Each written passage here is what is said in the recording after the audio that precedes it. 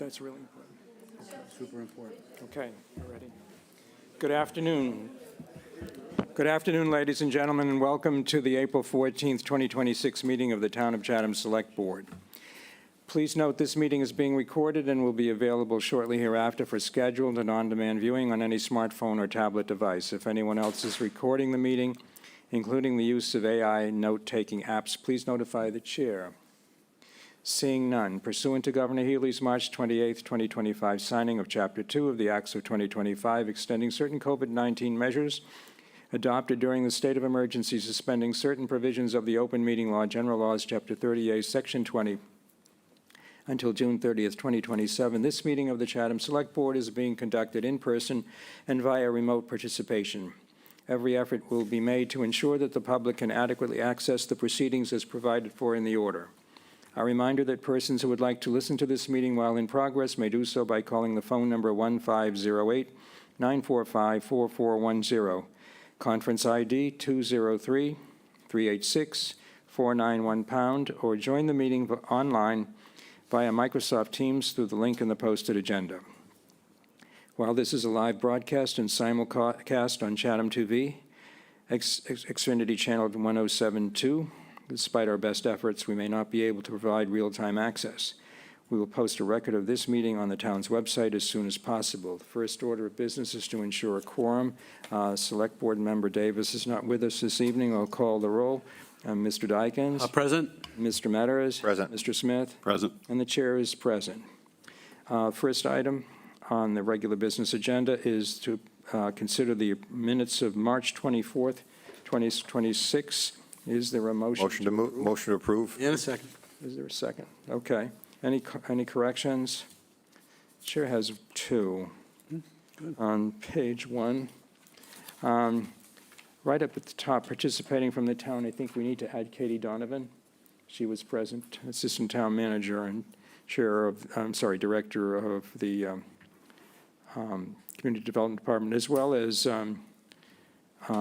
is it Kristen Chimwaza? She was there as the short-term rental administrator. And on page 4, just in the second paragraph, where it says the Department of Capital Asset Management, it's to change department to division.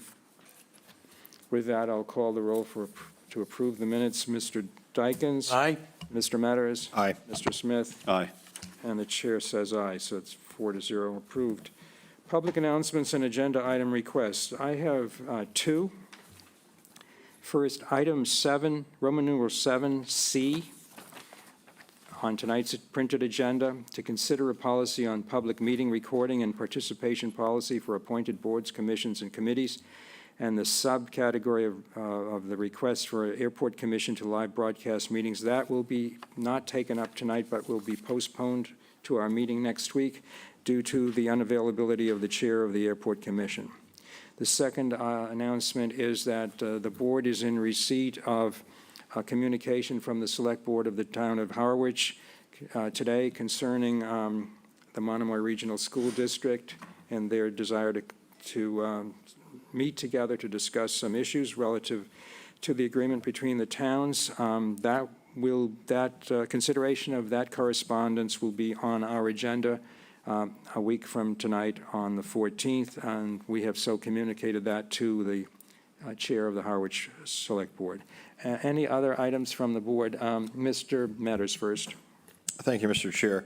Just want to do a little, I'm not going to go through the entire roster of openings for boards and committees, but currently we've made great strides over the last year, but we still have 40 openings collectively between all the boards and committees. So plenty of open seats for those who want to volunteer. I do want to highlight just a couple committees that are looking to recruit. One, our Cultural Council.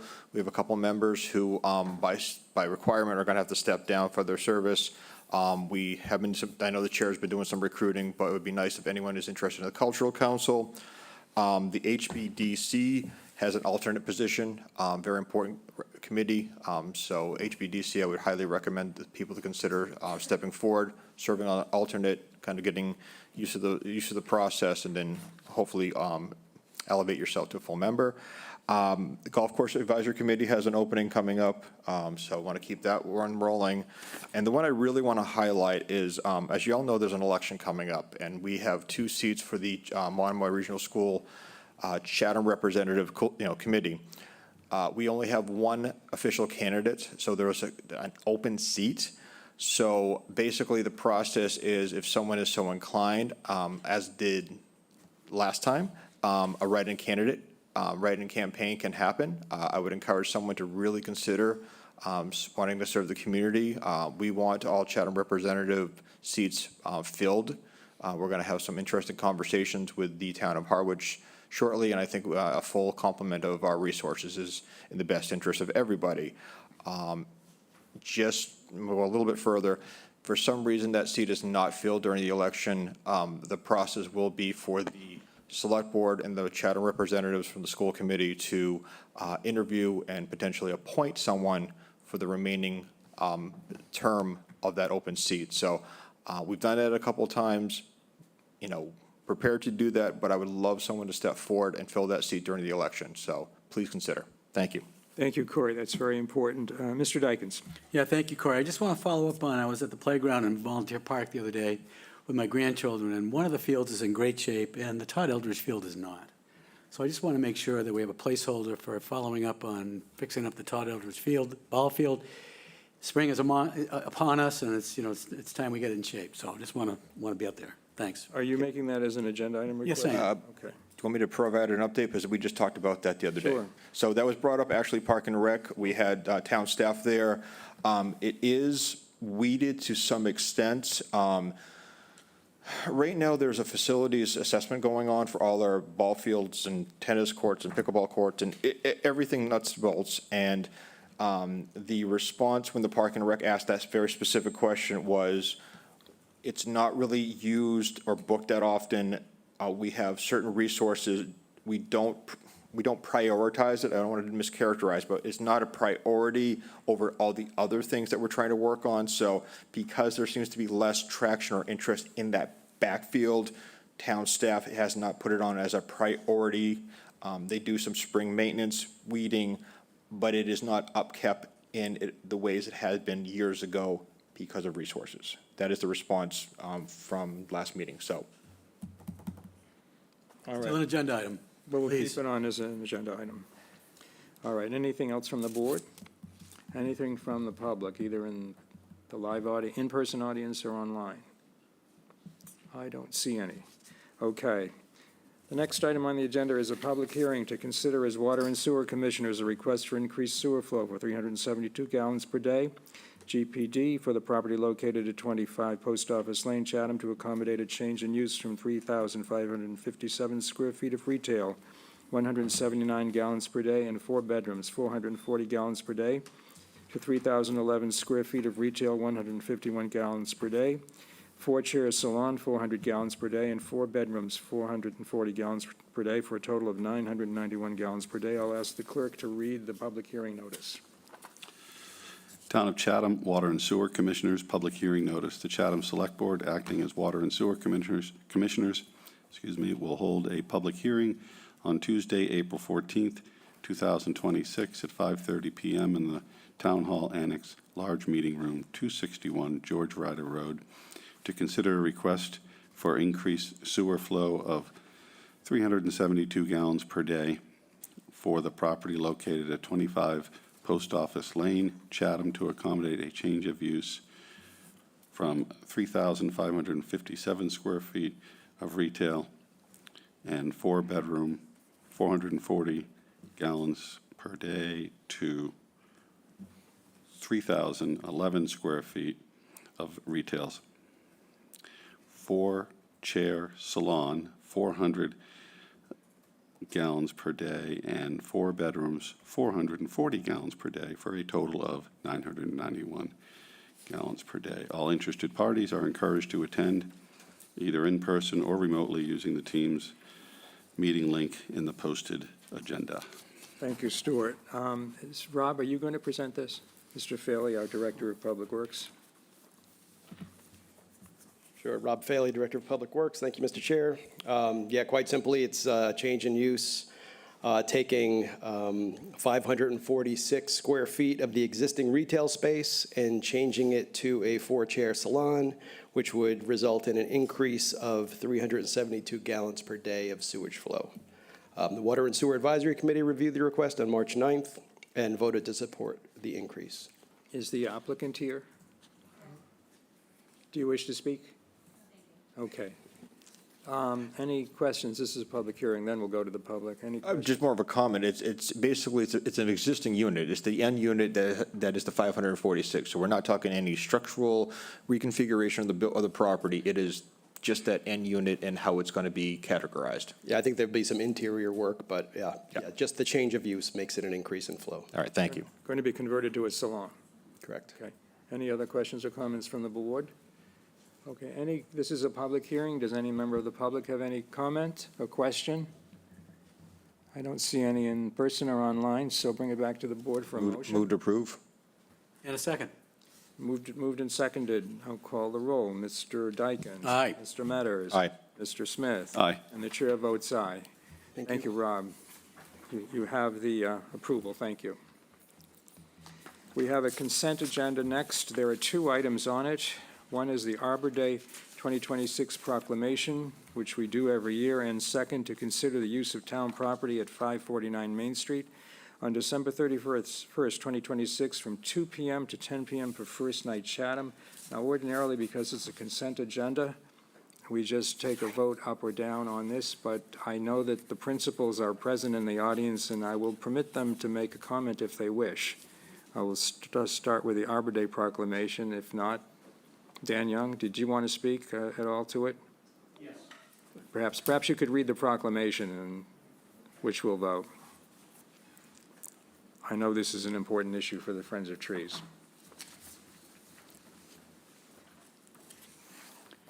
Thank you. My name's Dan Young. I'm with Friends of Trees in Chatham. By proclamation, Arbor Day will be April 24th this year. Chatham has a Tree City USA designation, and we can all be proud of this. Just last week, Chatham earned its 13th consecutive designation. To earn a designation, cities must meet 4 standards established by the Arbor Day Foundation. First, have a department responsible for Chatham's trees. Second, have a tree care ordinance.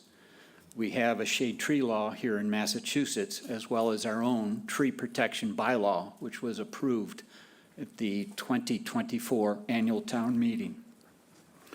Third, the town should have budgeting and expenditure commitments for tree care. Fourth, have an Arbor Day proclamation and hold Arbor Day activities. Chatham has and continues to satisfy all 4 standards. I would like to put the Tree City USA designation into context for us. There are approximately 3,600 cities or towns so designated in the United States. Of these, there are 87 within Massachusetts, and there are only 4 on Cape Cod. So we can, for Chatham. We have an opportunity to build on this designation. Given the recent storm damage, we can all work to increase our urban canopy and prevent further loss, whether these trees are along our streets, on residential properties, or other town-owned land. J. Sterling Morton, who originally proposed Arbor Day, said, quote, "Other holidays repose upon the past. Arbor Day proposes for the future." So let's celebrate Arbor Day, and as advocated by J. Sterling Morton, look toward the future by planting trees and protecting our existing trees. Thank you. Okay, thank you. Stuart, would you like to read the proclamation, and then we'll take the vote? Approve it. We usually read it every year.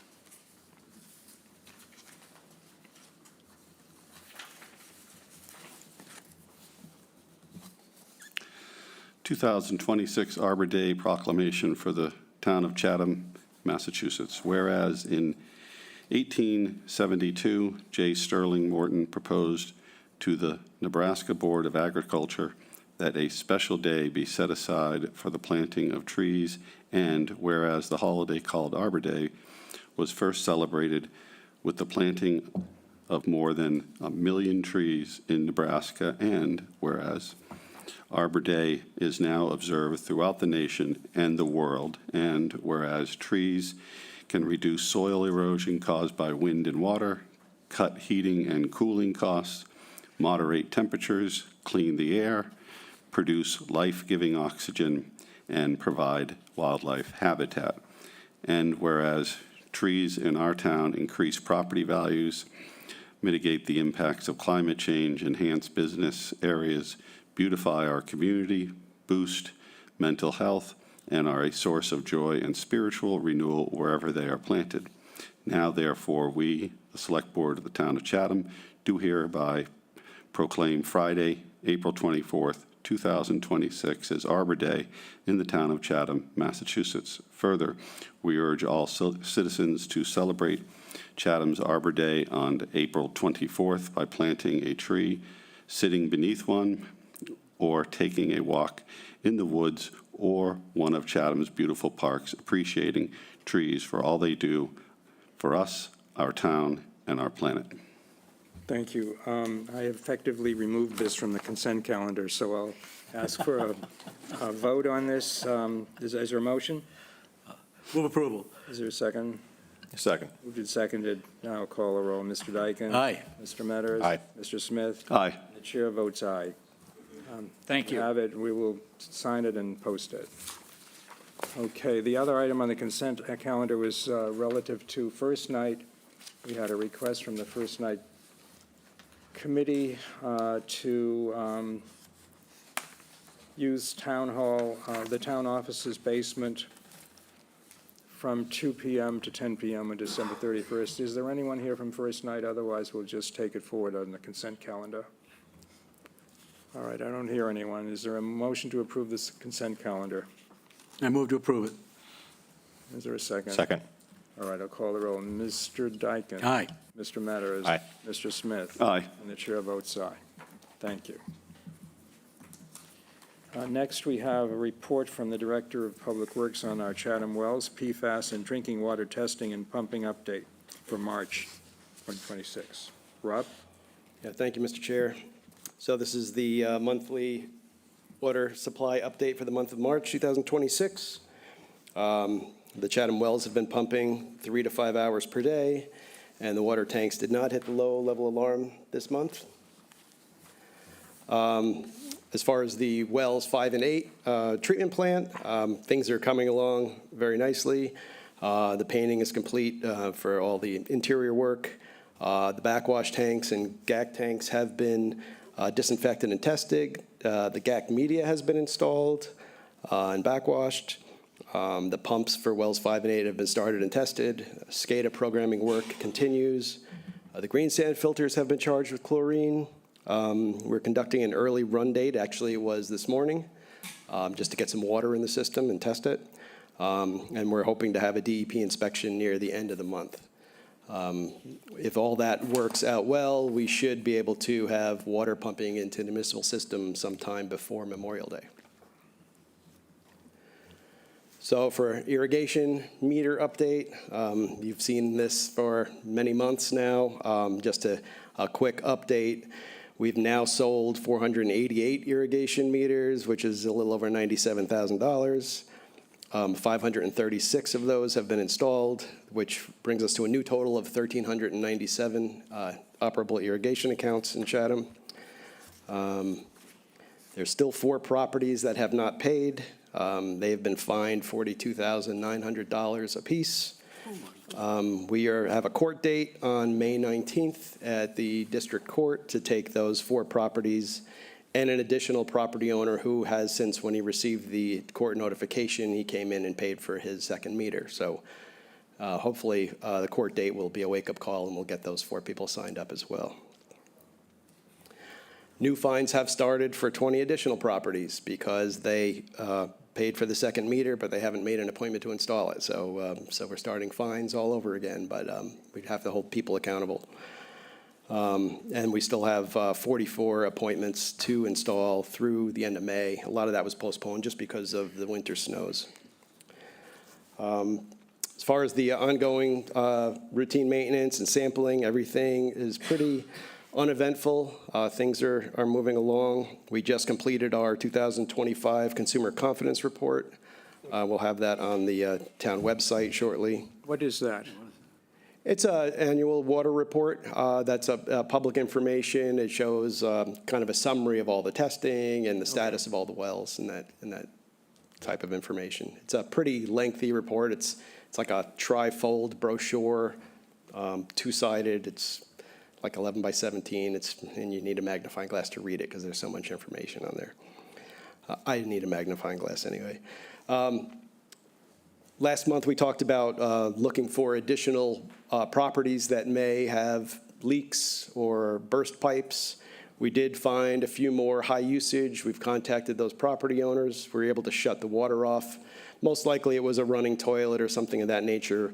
We have found one where water was coming out of the leaching out of the basement, out of the foundation. We didn't have any contact information for that property owner. We shut the water off and we sent them a letter.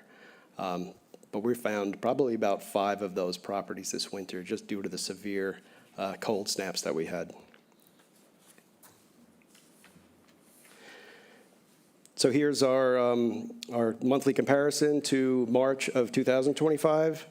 It looks severe because of 25% difference, but again, 2025 was a very low usage year, we're finding, on average, and March was no exception. Of course, March of 2026 is a high month, so that's the disparity. Some of this could be attributed to the ongoing leaks. We haven't found any of the municipal systems leaking, but we have a number of property owners that were leaking, so I think some of that could be attributed to that, but it's really hard to say exactly how much. Here's the pumping graph, where March 26 is in the pink, March 25 is in the blue, just to show the daily fluctuations. And here it is in a different format. And here's the pumping report for a daily level of effort for all the wells. You can see our minimum daily average is 406,000 gallons, and the maximum is 829,000 gallons, with an average of 645,000 gallons. Rob, I got a quick question. What are the plans, assuming 5 and 8 come online the end of May, by Memorial Day, what's the plan for the summer? Are we going to give any of these wells a rest, or they're all going to be available to produce water, or what's the deal? So we'll bring 4 online sometime in May, hopefully as well as 5 and 8. Really it'll be a rest for all of them because they won't be pumping as long of an hour, as long of a day. So normally in the summer where we may be pumping 18 hours a day, they may be only pumping like 14 hours a day. So I think it'll give them a break that way, but we won't be shutting any wells down for the summer. I guess that was my question. And 4 has been tested for stuff? But when we start it up, we will test it again before we enter it into the municipal water. Okay. All right, thanks. Here's just a pumping graph that shows that same information, just the level of effort for each well. Here's the year-to-date pumpage report. Again, we'll be starting well soon, and wells 5 and 8 should be contributing by summer. So,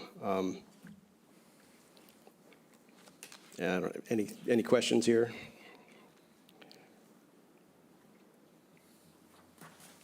Okay, moving on. And then here's the same information, year-to-date pumping graph. And then we move on to the year-to-date unmetered water usage. We've started flushing. So the flushing and blow-offs was at 1.8 million gallons for March.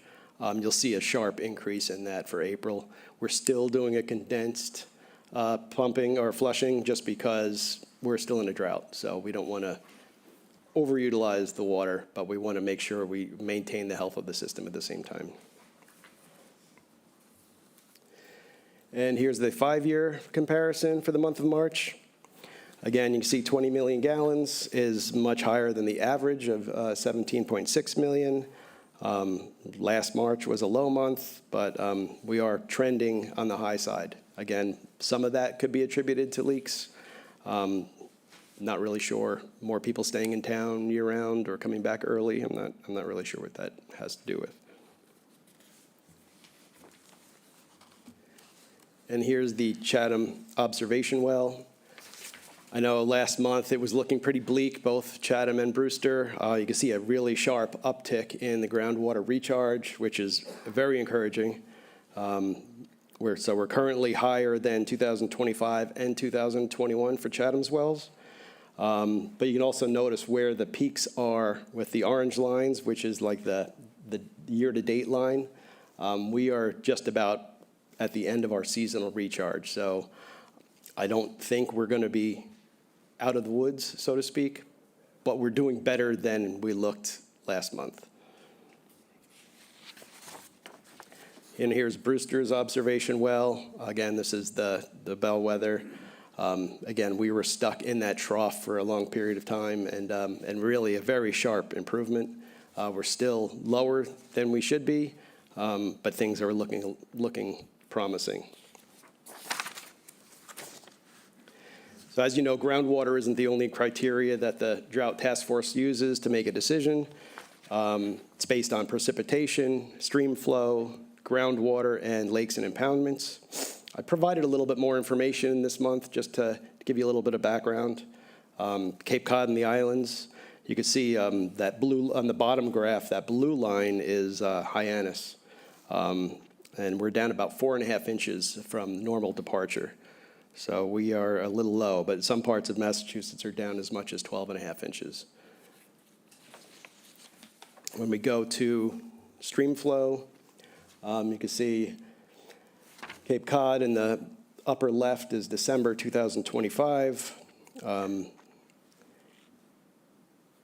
think they use Bass River as their stream flow. You can see it's kind of a reddish color, which is not good. Move over to January, it's still red. February down in the lower left, it's still in the red zone, and it's starting to lighten up a little bit in March. So that's an improvement, but still not where we really want to be. We'd like to see it in the green or blue area. And then we will look at groundwater percentiles. They're much lower. Again, the upper left is January. These are the observation wells that we use. You can see they're like an orange. They get a little bit darker on the lower left when you go into February, and they're starting to lighten up a little bit when you get into March. So things are improving, but we're not out of the woods yet. And lakes and impoundments, this is just basically reservoirs. I think they use Garrett's Pond in Barnstable as their gauge. We are still in the level 2 area for that. It's the only reporting lake on Cape Cod that they use as a gauge. And so here we go with their recommendations. So February declaration was for Cape Cod as a level 2. They haven't seen enough of an improvement to change their March recommendation to the Secretary of Energy and Environmental Affairs. They would like to remain at a level 2. This meeting with the Drought Task Force happened a day after the Water and Sewer Advisory Committee met, so they didn't have a chance to endorse it. I told them what we would probably expect, that there are no changes. It tends to be a very conservative committee that reviews this. So I would imagine, not speaking for the Water and Sewer Advisory Committee, but I think they would be happy to endorse remaining at a level 2 for now. Okay. Thank you. Any questions or comments from the board? I like the new slides. I think they're pretty interesting. Stuart? Sure. Rob, I had a couple of questions that relate to this.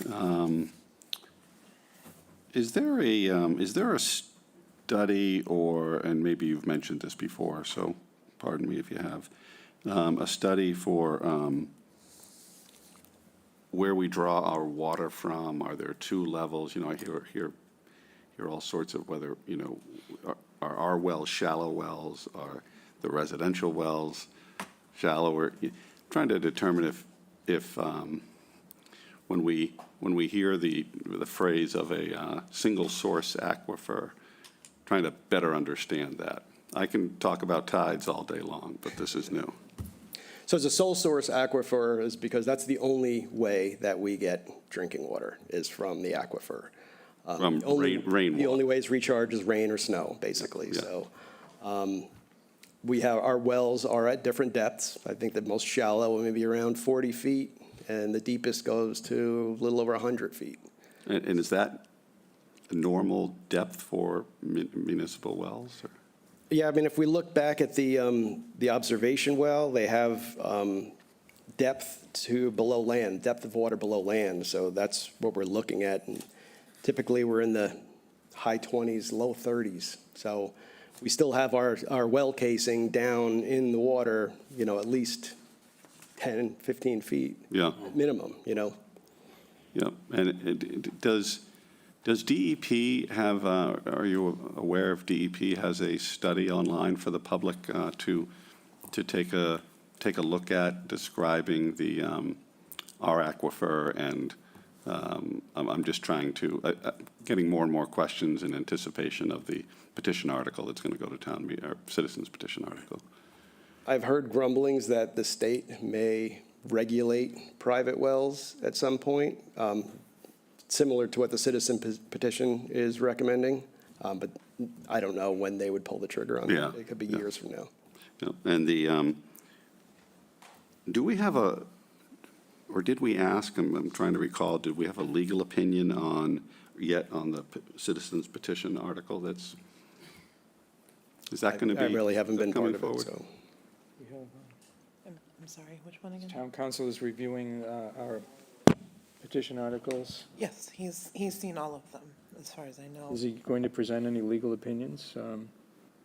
I can look that up right now and see if we received Or is he one. just going to inform us if one has a particular issue? I believe he was letting us know. He reviewed them and did make comments on if there were issues with them. If there weren't, I believe he just said they were okay to be, because citizens petitions are placed regardless, so.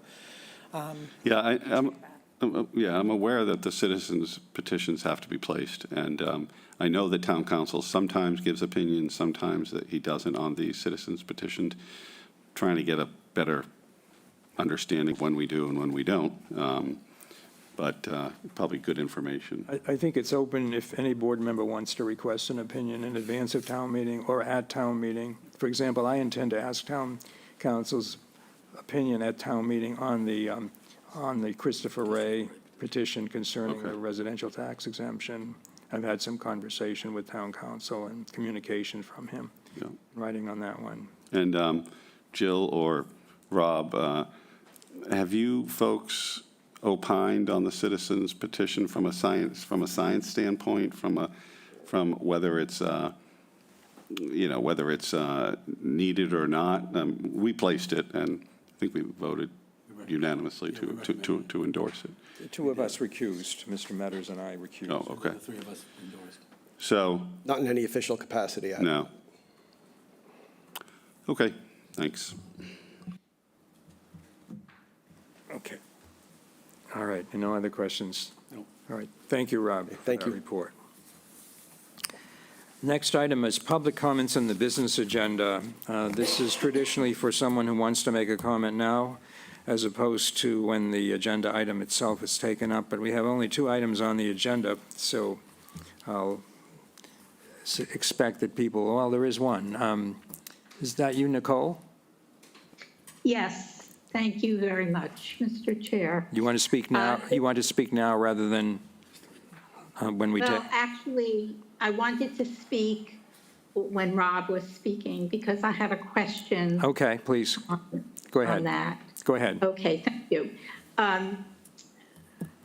My question is, we haven't spoken about it in a bit, but close to $100,000 is very nice. I think it's good work, even though the water department was down, I believe, over 600,000 when we raised the rates. So I'm very interested in when we're going to start looking for the residents that never registered. because there seems to be perhaps hundreds of those. And I believe last year we spoke about, I think we spent 15,000 on some kind of an aerial that was going to be flying over and seeing, who was watering that might not be registered. I just don't want to see that get lost in the shuffle. I Sure. think it's important. Rob, do you want to, So I'm sorry, Nicole, please. No, I was just going to ask if, I know sprinkler systems are starting to go on now. The businesses are sending out notices. So I really think that we need to start doing whatever it is we're going to be doing now. Thank So you. I'd like to know what the plan is and when the plan will be implemented. Rob, do you want Thank to you. speak to that? Thank you, Nicole. Sure. I mean, the exercise we've been going through for the past year has really been the first step.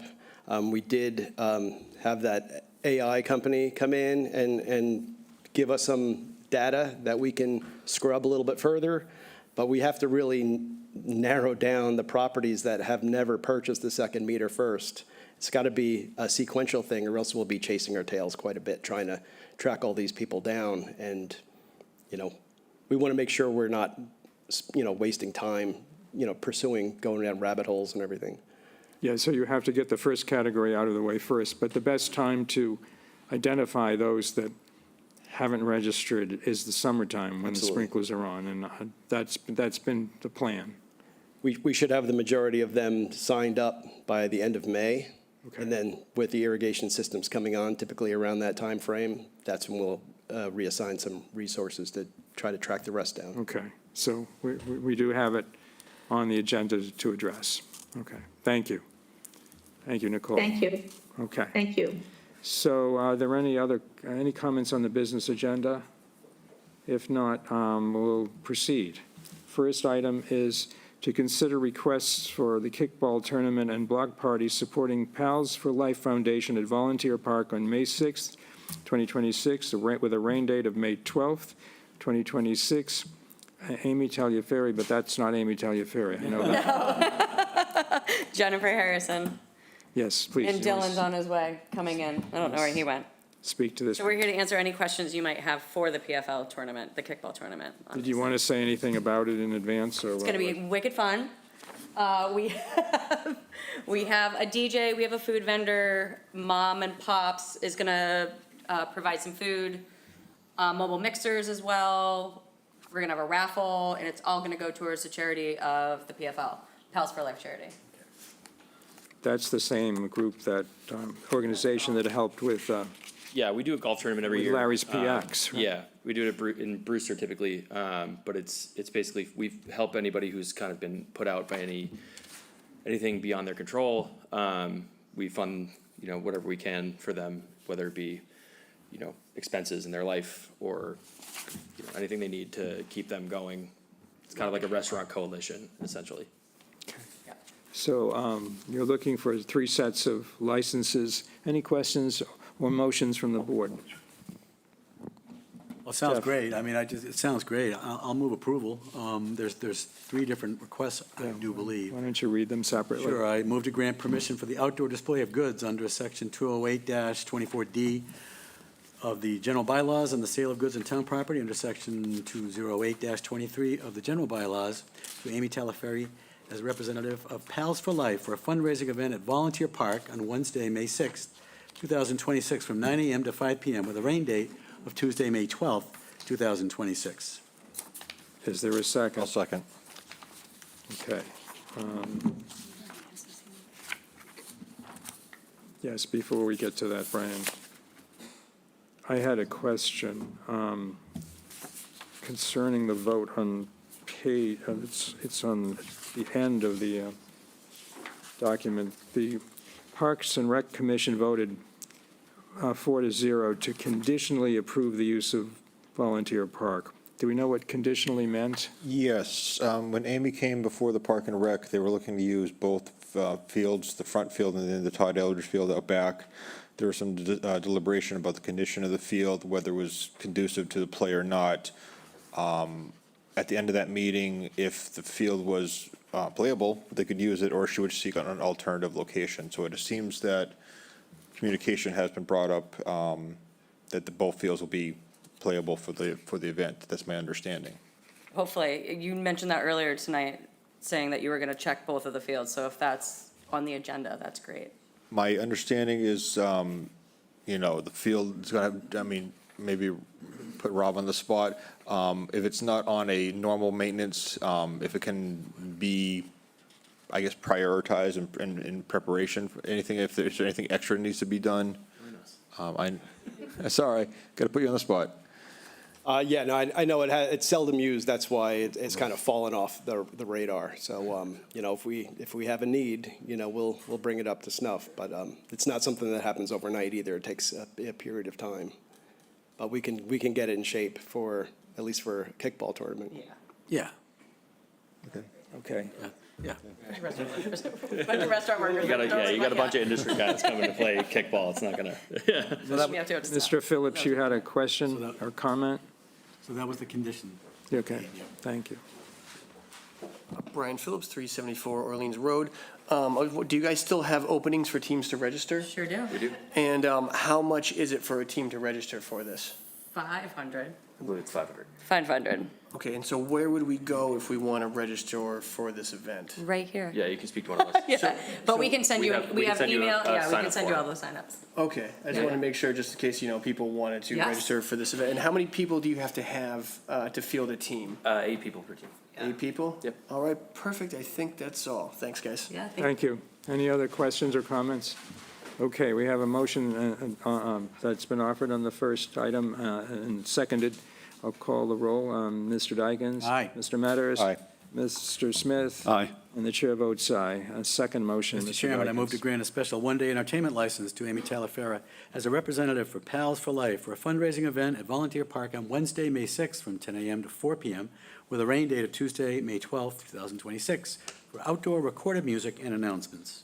Is there a Sorry, second? May 20th is the rain date. Yeah, it says May 12th on there. I believe we were actually hoping to do May 20th. I May think that 20th was- should be yeah. the rain date. Okay. Sorry about that. For everything? This, for everything? No, just May 20th is the rain, yeah, oh, yeah, for everything. For all of So it, the yeah. May prior, 6th is the prior definitely vote the will day. be amended Sorry editorially about to that. say May 20th. Okay, Rain date, May 20th. okay. And there's a second to this? Second. Okay, any comments? Let me see any from public. Call the roll. Mr. Dykens? Aye. Mr. Metters? Aye. Mr. Smith? Aye. And the chair votes aye. Third motion, Mr. And Dykens, Mr. Chairman, I please. move to grant a special one-day alcohol license for all alcoholic beverages to Amy Tagliaferra as a representative of Pals for Life for a fundraising event at Volunteer Park on Wednesday, May 6, 2026, from, and we have a question mark about what time we're going to allow alcohol, to 5 p.m. on the rain date of Tuesday, May 20th. So there's a question about when the start for alcohol is, and I think we typically don't really start these things at 10 a.m., I think is what you guys proposed. Right. Yeah. So, What's the pleasure of the board? I'm What thinking, have we done traditionally, Kathy? 12 noon? Typically noon, yes. Typically at noon. okay. Can you live with 12 noon? Can you guys live with 12 noon? Can you live with 12 noon? Sure. I believe that's fine. Yeah, Yeah, It's not like it's the 4th of July or anything. Typically, we have not approved 10 a.m. We have, That's fine. so from. People can have 12 coffee until then. 12 noon to 5 p.m. on the rain date of Tuesday, May 20th, 2026. Is there a second? Second, and I have a question. Yes. Just procedurally, so, because, we're bound by certain regulations and whatever. So this area is going to have to be designated with like they usually do snow fencing. Yep, it'll be So, stanchioned off. Yeah, it seems to be in the chart. So there's an understanding that alcohol is going to be in that area. Yep. I know ideally, people would love to be on the bases doing it, Yeah. but, We'll keep it contained. Yeah, we'll keep it under control. Cool. And we have a police, We applied for a police Detail. detail. a detail, thank you. all right, cool, thank you. Okay. All right, we'll call the roll. Mr. Dykens? Aye. Mr. Metters? Aye. Mr. Smith? Aye. And the chair votes aye. Okay, you have it. Congratulations. Thank you. Good luck, good luck. Next is to consider potential options for paid parking implementation. This is a follow-up from the staff to a previous vote of the Select Board. And I'm going to call on our Assistant Town Manager and Director of Community Development, Katie Donovan, assisted by Rob Faley, Director of Public Works, and Police Chief Mike Anderson. They're both available to offer comment or answer questions. Katie? Thank you, Mr. Chairman. I believe also our IT Director, Craig Rowe, is here as well. So, Okay. Yes. so again, Katie Donovan, Director of Community Development and Assistant Town Manager. As you'll recall, the board voted on September 16th in a vote of 3-2 to endorse the concept of paid parking at the Kate Gould parking lot, the town offices parking lot, and the Orpheum or Stage Harbor parking lots, the town-owned portion of that lot, and to request further recommendation regarding implementation of using modern parking management technology. So following that vote, the staff got together and we had a couple of meetings to discuss what options would be available moving forward. And during those discussions, one of the issues that came up, well, certainly we looked at the opportunities for, first, for kiosk or app-based parking, so like a passport type of scenario on a smartphone. So again, sorry, I lost my space here. As we were having these discussions, one of the biggest issues that came across was the issue of enforcement. So we could certainly implement a kiosk or an app-based parking program, but staff available for enforcement and monitoring of parking was an issue that we had discussed. So staff decided to have further conversations and then potentially promote the idea based on the Eldridge Garage property of an attendant-based parking, and thought perhaps a scenario of a pilot program for this coming season would be something that we could look at perhaps in the Stage Harbor lot. The reason we were looking at that lot was because of that has the largest number of parking spaces of the lots that were recommended for us to look at. I'd just like to mention that I had reached out to the two other communities on the Cape that have paid parking. One is Provincetown and the other one is Barnstable. Provincetown, for their staffing, they have over 26 parking attendants for 2 parking lots. They have 16 parking enforcement officers, and they use not only attendants, but they have kiosks and app-based parking as well. They have over 1,000 parking spaces that they are responsible for that staff. In Barnstable, Barnstable charges in their Ocean Street area, but they do not charge in all of their other areas. They don't charge in downtown Hyannis, nor do they charge in downtown Osterville. They have 2 full-time year-round parking staff, as well as 5 part-time officers. So again, when we started to look at what it would look like to implement for Chatham, we thought that perhaps going with a model similar to what we have at the Eldridge Garage might be the best way to go, rather than hiring additional staff for monitoring enforcement. If we had attendant-based parking, then, with a private company, that may be a better option.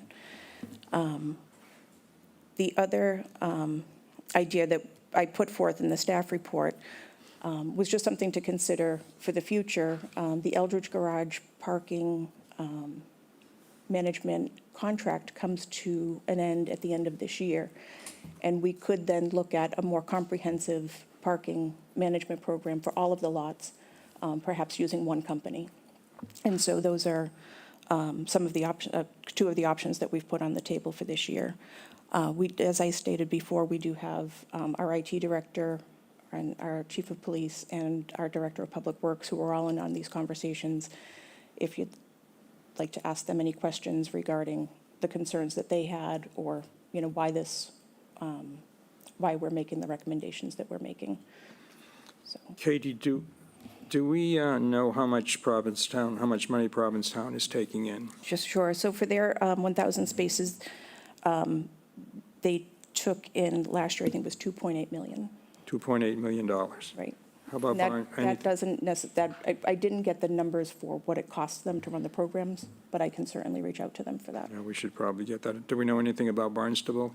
Barnstable was about 500,000 And that, That's on Ocean that was Street. also including violations, if I might. Okay. And in Provincetown, paid parking is it year-round paid or just in the It's season? May 1st to November 1st, I believe. Okay. All right. Do Chief Anderson or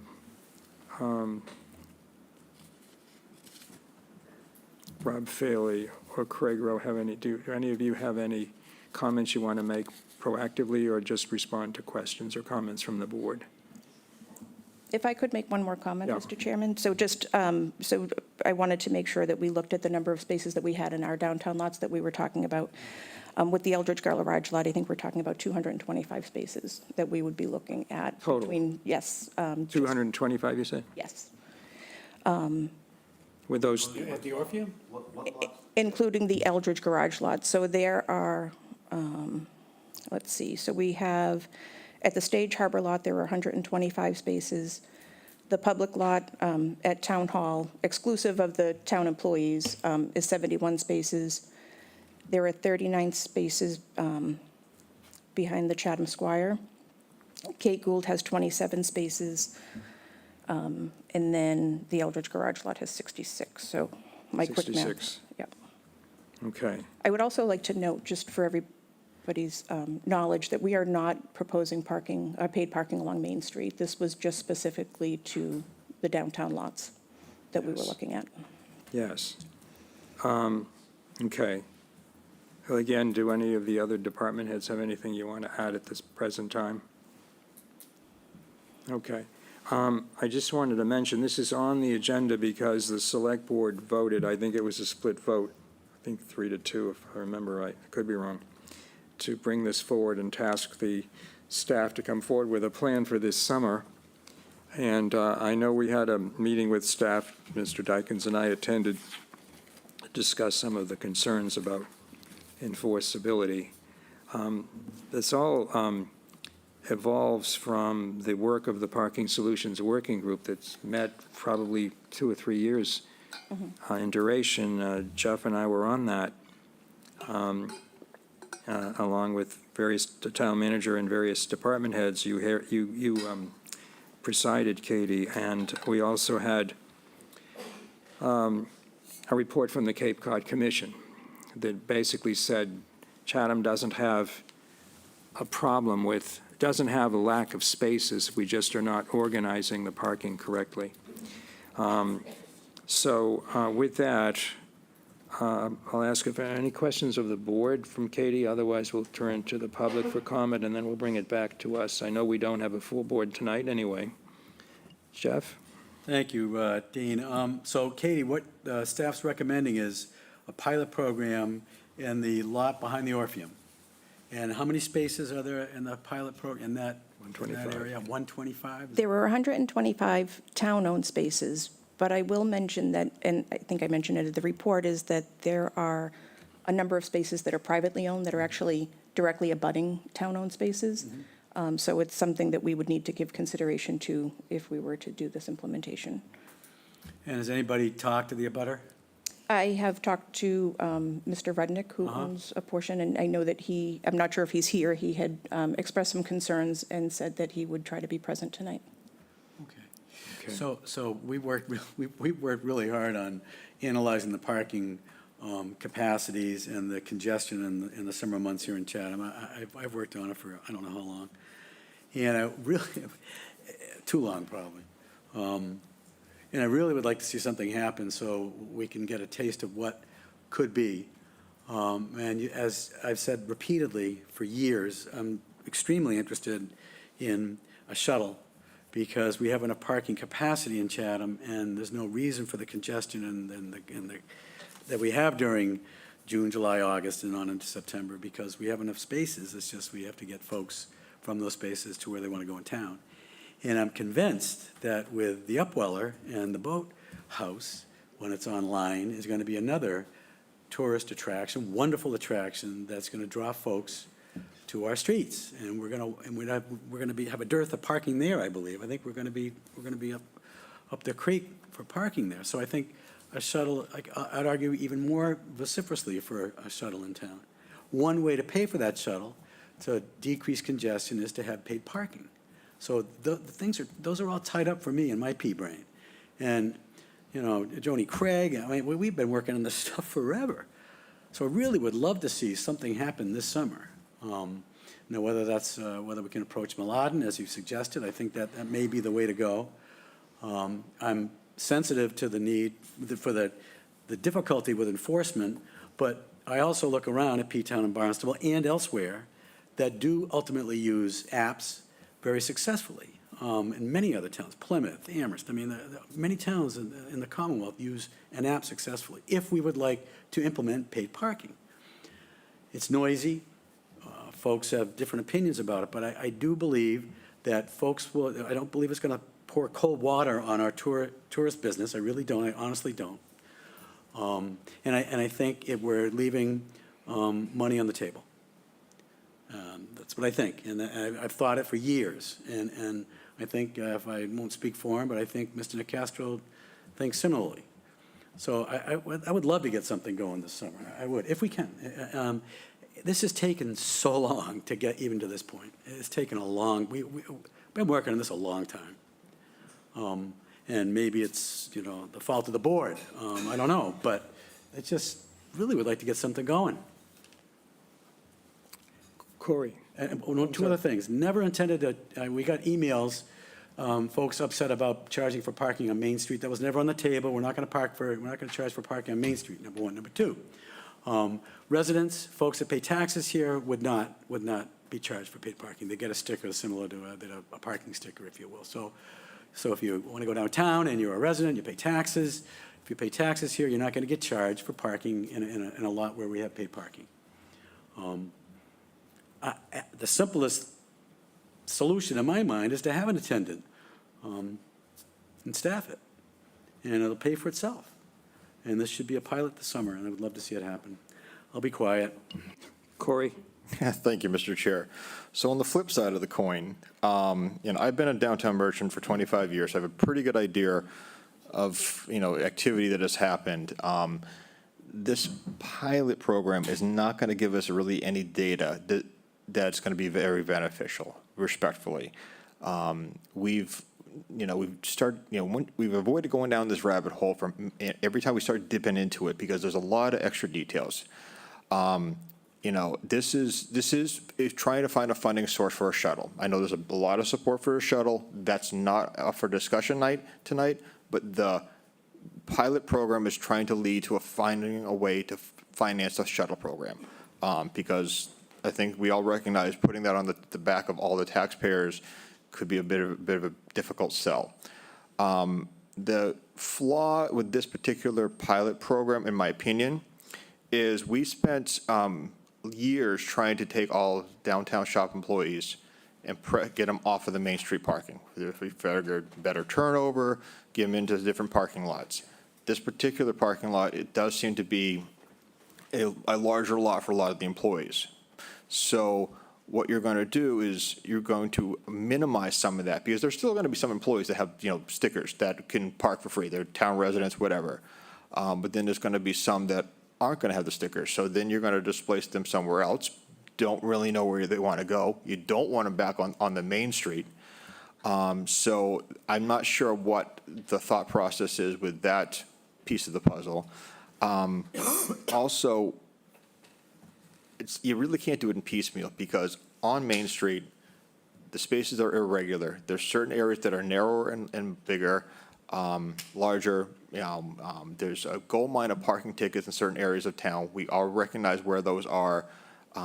So I'm cautious driving too much on the Main Street. We still have no 2-hour parking signs. I don't want to put 2-hour parking signs, but that hasn't changed. Anyone who goes downtown on a regular basis, there are certain vehicles that park on Main Street 24/7 overnight. They're residents in nearby areas. They still park there, so that's not going to help the whole situation. We're never going to alleviate the entire parking congestion issue. It's going to be busy in the summer and quiet in the winter. Anyone who goes downtown on an Anglers game sees how creative people can be for parking. And I don't think it hurts the character. They park every little nook and cranny on the grass. We've had to make some adjustments over the years to make sure there's public safety and pedestrian safety. But we're not trying to fix a parking problem. It's going to exist at some level. This is more about revenue source and maybe trying to find a way to bring a shuttle service into the community. And I don't think this is going to help. So I welcome public input, and I'd really be interested to see what people's thoughts are. Thank you. Well, let me offer a few thoughts, and then we'll go to the public and also to Stuart if he has any to add. I've been supporting and advocating for paid parking probably for 8 or 9 years, along with Mr. Dykens, and I'm driven by the desire to bring in some additional revenues to the town, and also to try to regulate the parking problem. I live downtown. The last couple of summers have been crushing if you live downtown or if you try to walk down Main Street. It's great for business. That's wonderful. But it's not great for people who live in town, who want to go downtown. We don't go downtown. Try to get to the library, for example. It's very difficult. So I think there are some solutions that a parking project could help alleviate. I agree with Corey. It won't totally resolve the problem. I think also the town invests an awful lot of money in personnel and hardscape infrastructure to support the tourism and business industry, businesses in town, and we should do that. But I think we should try to get some assistance in making that happen from revenues. And I think those revenues could help support a shuttle. And we're not talking, it's a narrow, Main Street is narrow, and there's parking on Main Street. So the shuttle would have to be a narrow shuttle, something akin to what the valet parking business at the Eldridge Garage uses. There are 3 lots in question that I've had in mind for a while, and that's the Orpheum lot, Kate Gould Park lot, and the Town Hall parking lot. And we have an issue with the employees, not just of the town, but of the businesses. Where are they going to park? So that would have to be factored in any comprehensive plan. I have always advocated, as we have in place with the Eldridge Garage, that parking be free to Chatham residents and taxpayers. I am concerned. I wanted something this summer, but I'm concerned about the issues that have been raised by the staff.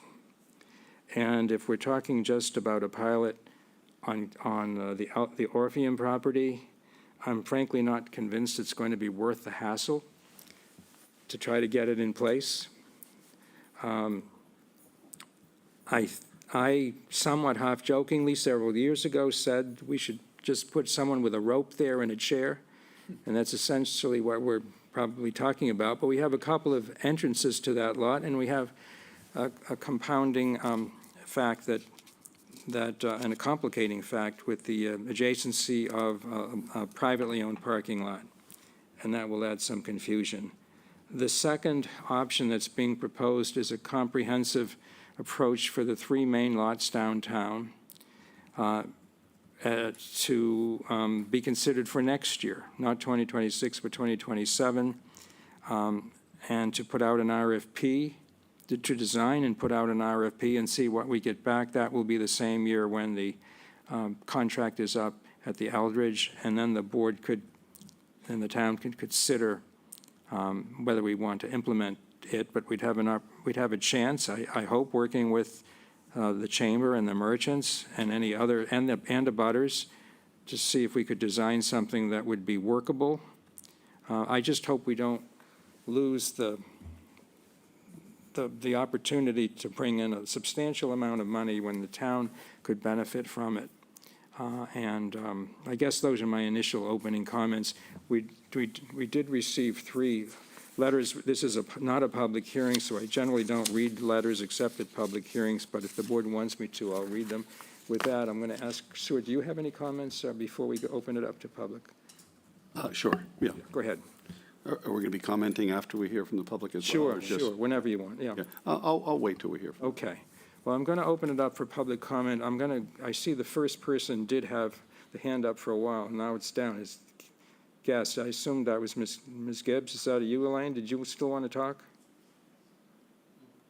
Yes, it's not showing that it's raising my hand when I click on it. Okay, it's showing now. I just Go I ahead. just have a brief comment. If we're trying to decrease the congestion downtown, I think this is all in reverse. If you have free parking downtown, and then the Stage Harbor lot is paid parking, where you have to walk up hills, quite a hike, around town, people are going to keep driving around down Main Street looking for a free parking space. And then they're going to go around and go down Cross Street and come up Stage Harbor. Even if a car does that twice, you are doubling the amount of traffic downtown. And I would do it if I were visiting a town. I'd say, I'm not going to pay for this lot that's really far away. Let's go see if we can get one on Main Street that's free. So I think you have to consider human behavior and what you're really trying to accomplish. And if you're trying to reduce congestion downtown, I think it's just the reverse.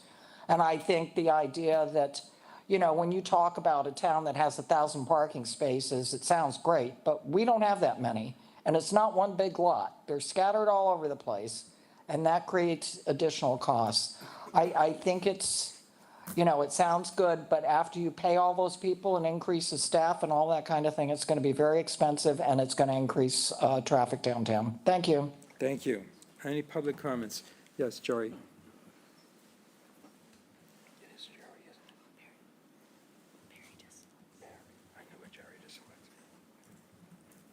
Barry. Barry Desolets, North Chatham. I have been in business in the 400 block and now at 402 for the past 7 years. So I call myself a victim of the Eldridge lot. We saw the parking study where the Eldridge lot is underutilized, and it's underutilized because it's a paid lot. And I can't tell you how many people come into my shop and say, I drove around for an hour before I could find a parking place. I couldn't, and I finally paid at the Eldridge lot. They drove around for an hour because they didn't want to pay. It's either all or nothing, because you're not going to solve the congestion problem by having free parking and paid parking. It's going to create a bigger problem, and I've witnessed it since paid parking came into existence at Eldridge. Thank you. Anyone else? Yes, ma'am.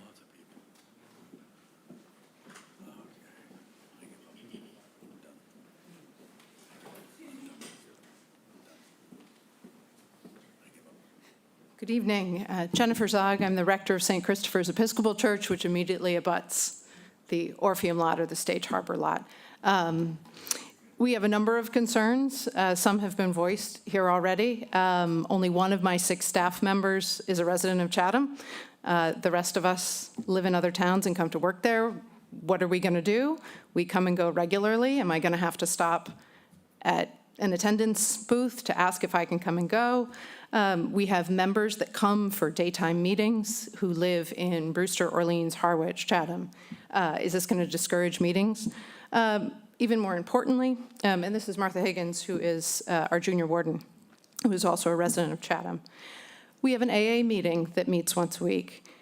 Are the members of the AA community coming for support going to have to pay to come to a meeting? Our food pantry is open twice a week. Are people who are patronizing the food pantry going to have to pay to come and pick up food? It's complicated. We don't have any parking spaces of our own. We sort of abut Mr. Rudnick's property. The ownership is unclear to us, but we are using the main lot. We host public concerts, weddings and funerals. Do I have to put notices to people, grieving families? I'm sorry, your guests at your funeral are going to have to pay in the lot immediately behind the church. All of these sorts of things run through our mind. We operate the Uncommon Thrift Shop, which is a business behind the Orpheum. Our volunteers, again, come from various neighboring communities as well as Chatham. How is this going to work for them, and will that discourage our function? I just don't even know how we are going to function. Am I gonna, what am I gonna have to do to be able to work and do the business we need to do? There is a limited, there are 2 handicap spots in that lot that the town doesn't even own. The handicap spots are right in front of the public bathrooms on not town parking property. We have a lot of patrons with handicap and mobility issues that need to park near the church. So we're just wondering what is being done to address those issues.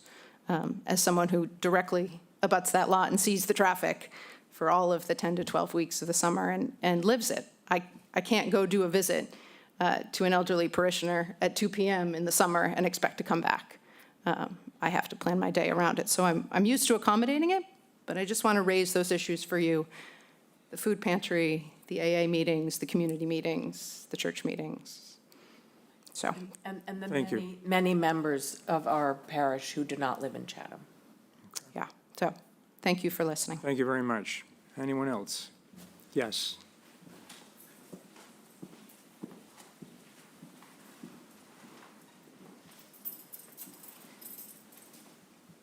Hi, I'm Ashley Bilodeau. I own All Points Beautiful in Chatham, and I also own my space, so I pay taxes here, as well as other taxes.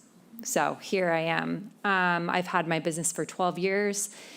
I think that if you're going to have paid parking, that it should be in every space. I don't think that there should be designated spaces, obviously, but I'm not in favor of paid parking at all. I have a staff of 10 to 12 people that work for me on a daily basis in the summer, and they do drive around in the lot back there for over an hour looking for parking. And when they can't find parking, they do find parking behind the community center, maybe behind the library. Sometimes they sneak into the Cape Cod 5 parking lot. I mean, they do everything that they can as a, 18 to 22-year-old kid.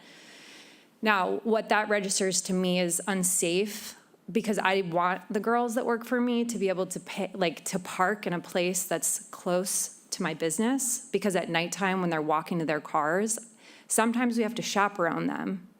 And so for me to think about my staff and for them to have to go to some far off land to park, that doesn't really work for me. It would create a lot of mistrust and these things that women shouldn't have to think about, but it's something that women honestly still today have to think about. That's something that is not, I am not in favor. Now, let's say we have shuttles that are running to these different various places that have lights in them and different, our parking lots are not lit well at night. That's just a main thing that should be just fixed. I know that they're privately owned, and if anybody's listening, please light the lots. They're afraid at night when they're walking to their cars. A lot of the staff will park on the main street. Again, I agree with that. We do not want our staff to be parking on Main Street. I've had to write notes on certain people's cars that are, employees over at the captain's table. They constantly park in the Main Street. And then there's residents that are parking on the Main Street as well that are congesting everything. Now, again, if you're going to go the route of the paid parking, staff absolutely needs a sticker as well, or applying for a sticker through the business or whatever. There has to be some type of thing where they're not having to pay for parking. I think this is a really bad idea. Chatham's a very welcoming space, and I would argue with both of you. Do you shop in our shops on Main Street? I know you want to go to the library, but if you aren't a patron, one of the gifts of Chatham is that we're welcoming. We have a lot of women that come here and they shop and they have their kids. They have 4 or 5 kids that they have in tow. Do you think that they want to deal with the parking situation? Absolutely not. They want to go get some candy with Corey.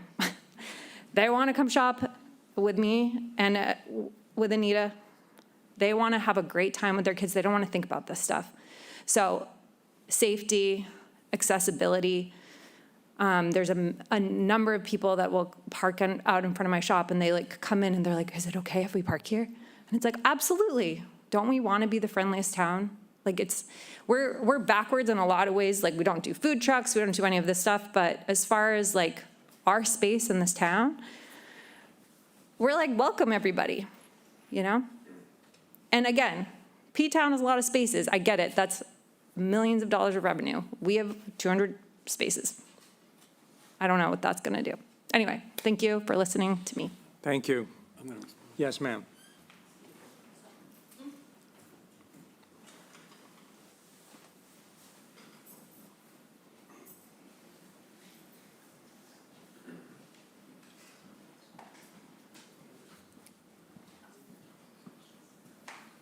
Hi there.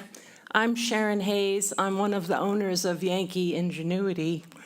We're celebrating 55 years in business next week, and we kind of have a bird's eye view of the town hall parking lot all day long, all summer, as cars drive around, drive around, drive around. And I agree with Ashley and with Barry that it's got to be all or nothing, because otherwise people are just going to circle around Main Street to get a free spot, and it's just going to add to the congestion.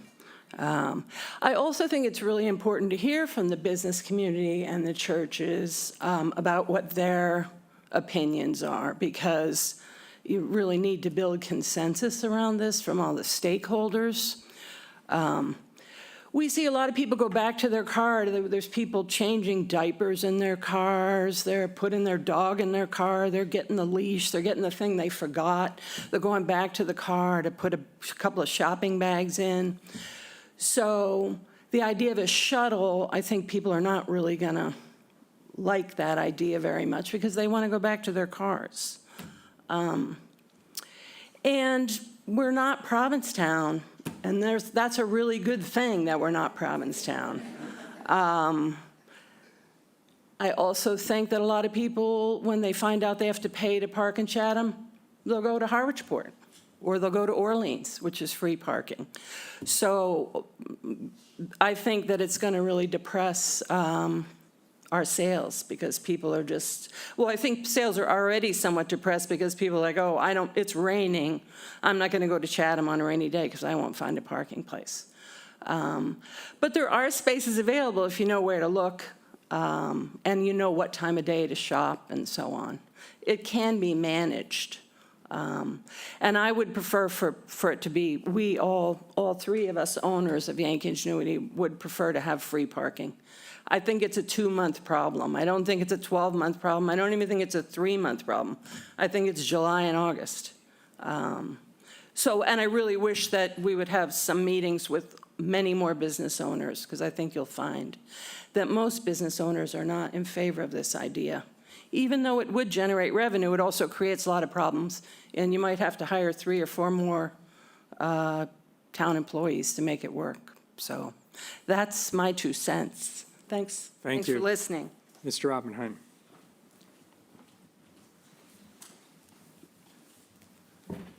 David Oppenheim.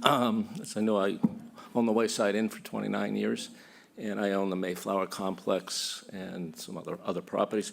I think the whole idea of paid parking is not something that's going to really bring us any meaningful revenue whatsoever, because when you start talking about Provincetown, they have that huge lot right down by the water, which is managed. It generates a huge amount of money. You park there and you spend the day in Provincetown. We have a bunch of little parking lots all over town. For us to manage to have paid parking in those lots, manage them, deal with any of the stuff that goes along with it, is going to be labor intensive, and the return is going to be minimal. I think we should stop thinking about this. I think there's been a better education recently about different parking lots. I think the idea of a shuttle going up and down Main Street is not something that I'm fond of. The idea, though, of getting people to park elsewhere and bringing them into town, and we're going to have a horror show down on Bridge Street this year. I mean, once that's drawn, I mean, there's no parking. There hasn't been parking for years, and now we've just created a draw that's going to be unbelievable. The day there is not congestion in downtown Chatham is the day our businesses are not going to be doing well. I think we should be glad there's congestion, because it means we're doing well. You know, a few years ago, before the pandemic, we were worried about the internet destroying retail. And now the pandemic came, everybody was down here, it got more crowded, all sorts of weird things happened. We're getting back to competing against the internet and everything else. And downtown Chatham is a draw. The people here do a really good job with their shops. They take great pride in it, and people should be able to come here and spend their money and enjoy themselves. And as somebody else said, we should be the friendly town that doesn't charge people to park. Thank you. Thank you, David. Yes.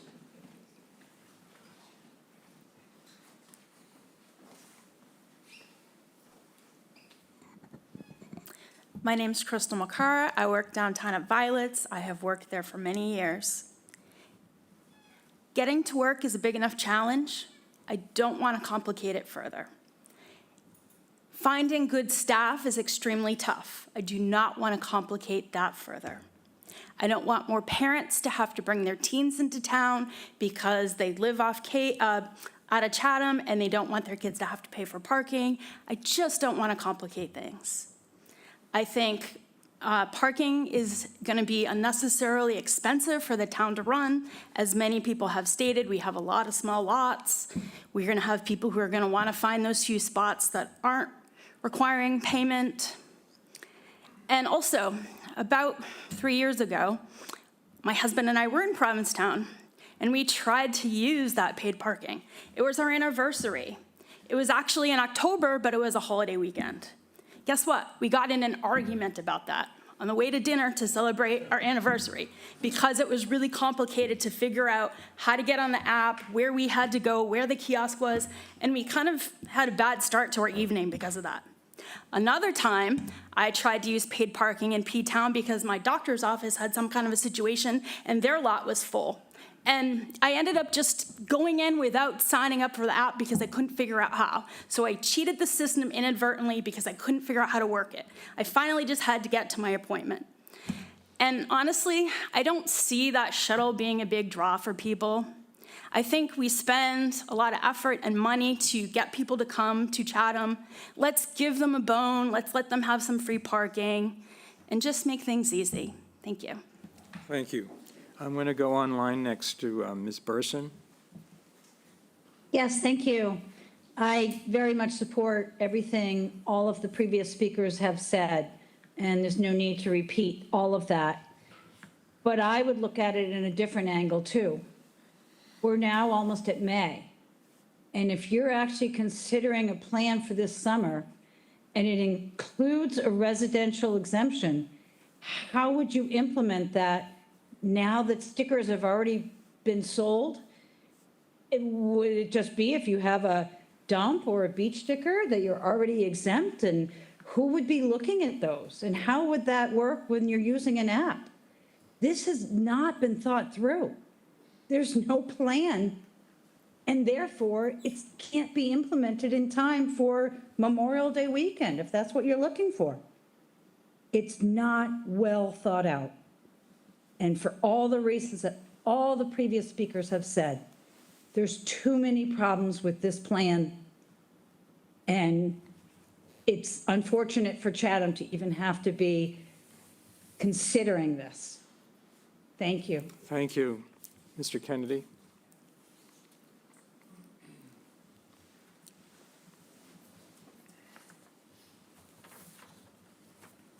Thank you. I'm a reluctant public speaker, so forgive me. I'm here to speak in opposition of the paid parking. I feel bad right now because I feel like I'm piling on, because I know the reasons that you have for thinking about it are good, but I'm also here representing my family who owns the Colonial Building. I'm representing the High Wheeler Association, which is the group that owns the other 110 parking places behind the Orpheum Theater. And I might add, you guys call it the Orpheum parking lot, but if you looked at the map, the parking lots right behind the Orpheum are owned by us, not by the town. You have to go further back into the lot, away from the Orpheum, to even find your parking places. And I don't say that to be mean, but I'm saying, goodness gracious, it's not the Orpheum parking lot. It's not owned by the town. There are, on our property, we have 110 parking places. We have 4 restaurants, 10 retail shops, 10 apartments that all use those parking places. And if the town somehow said, we're going to have parking on paid parking on theirs and not on ours, you can imagine everybody's going to park in our parking places. So people that live in those apartments, people that frequent those restaurants and go to these retail shops would be out of luck. We also have a lot of the theater parking in the afternoon. We're right behind them. We have the church with weddings, funeral services. We have a beauty spa and nail salon. There's a bank there. There's 6 apartments in the Colonial Building, and there's 4 above the restaurant called Vieira. The church uses the parking for services. The church office uses the parking for their employees.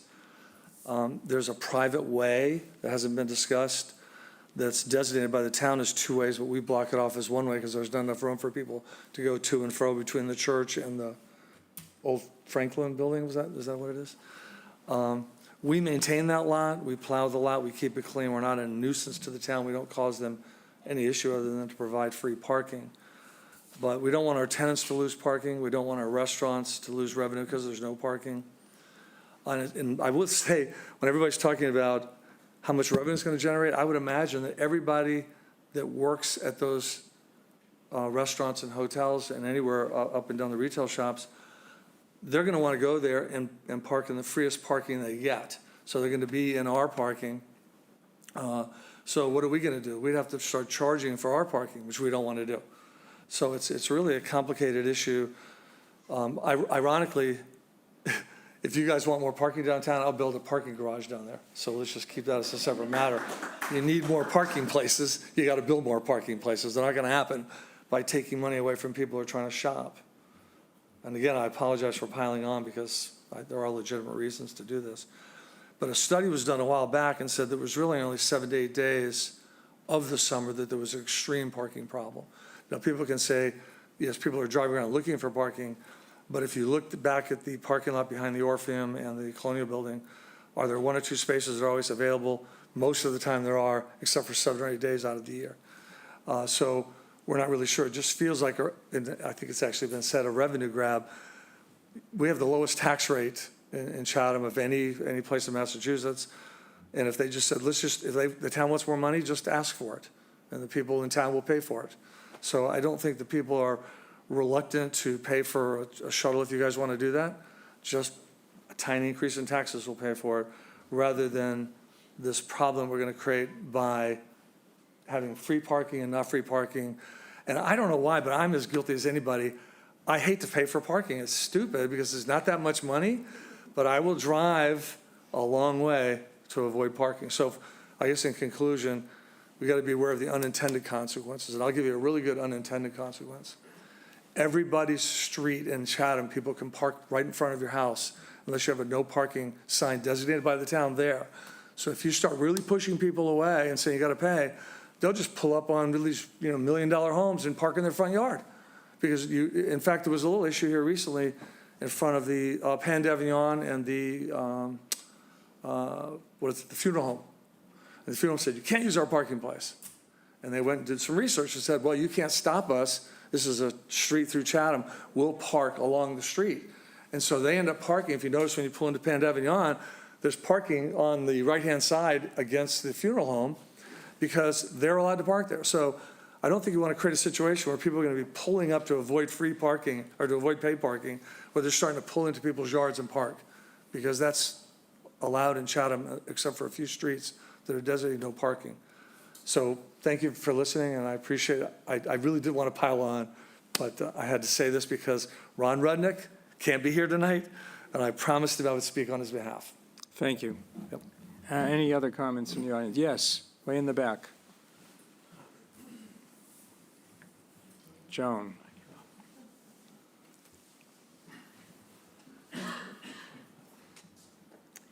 Joan Craig, West Chatham. I was on the parking study group. I initially wrote a letter in July of 2021 with some key points with regards to the whole parking issue.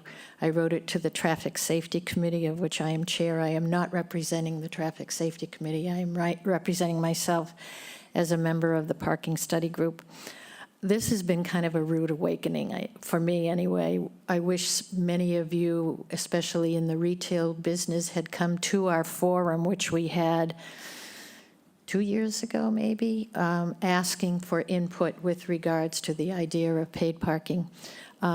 Back a number of years ago, prior to Katie checking in with Provincetown, so it was probably about 3 years ago that I did speak to the head of the group down there. And yes, it is a much larger parking situation down there. And at that time, I'm interested that it's now 2.8 million.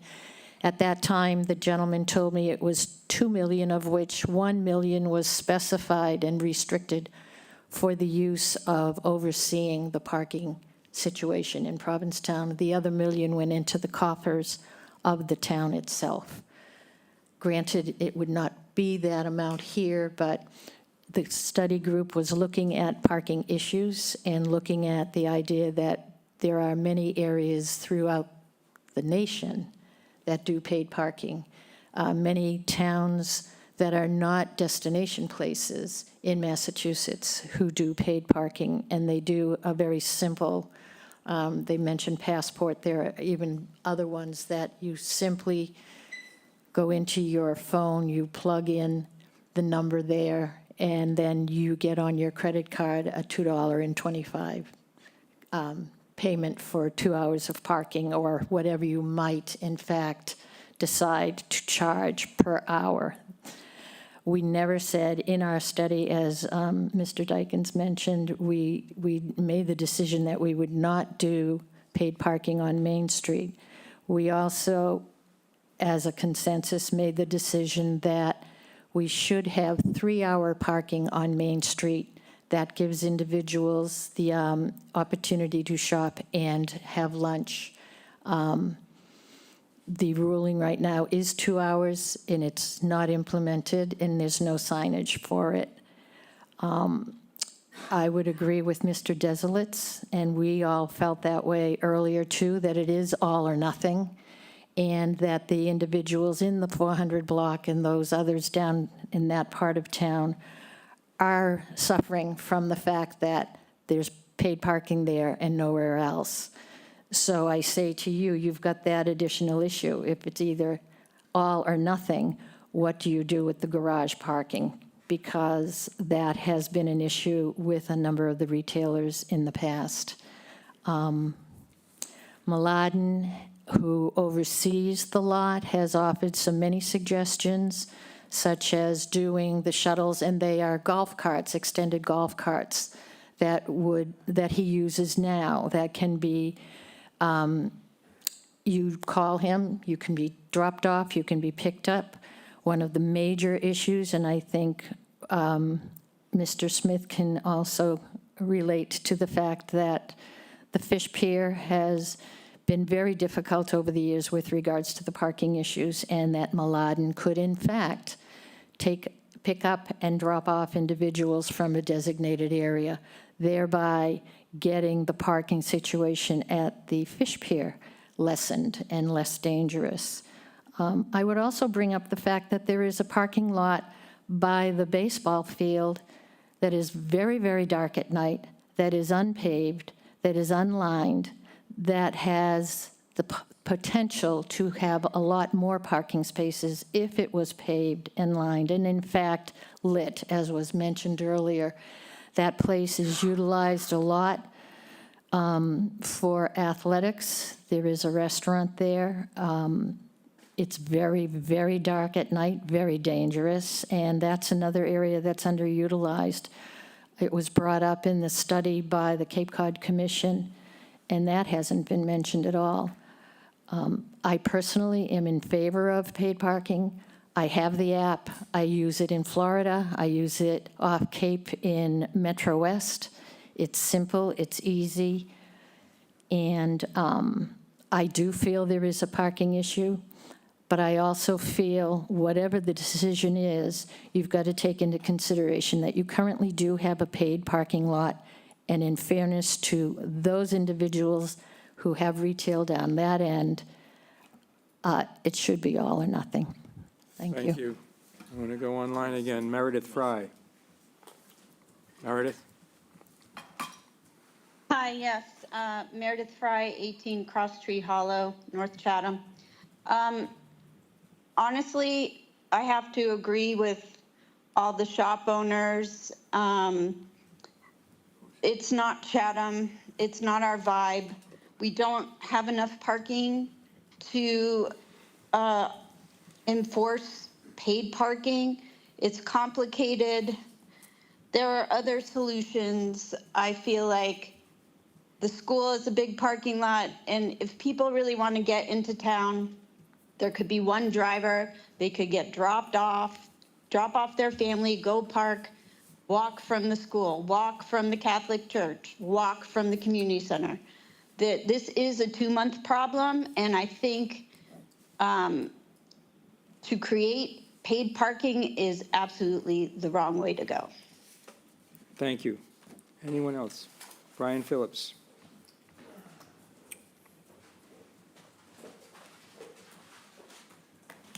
Brian Phillips, 374 Orleans Road. Unlike Mr. Kennedy, I do like to pile on. Because I've spoken out against this project maybe 3 or 4 times. I'm usually the only one, so I'm really glad everybody showed up this time. I guess to keep it short, it really hurts part of Chatham's charm. We're not New Jersey, we're not Connecticut. And it's a good thing we're not. And then, it hurts our businesses. And then I think after the church went, I didn't think there's any way you could possibly do paid parking. So thanks a lot, and hopefully you guys don't pass this. Thanks. Thank you. Any other comments from the audience? Yes, sir.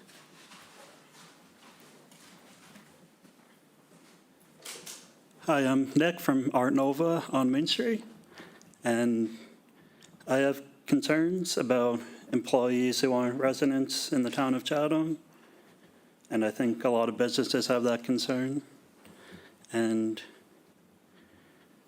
also, this might be a question, are the community resource officers able to, are they giving fines in the parking lots as well as Main Street, or? And They currently issue tickets in the lots. Katie, do you want to speak to that, or the chief? Chief Anderson, do you want to speak to this, please?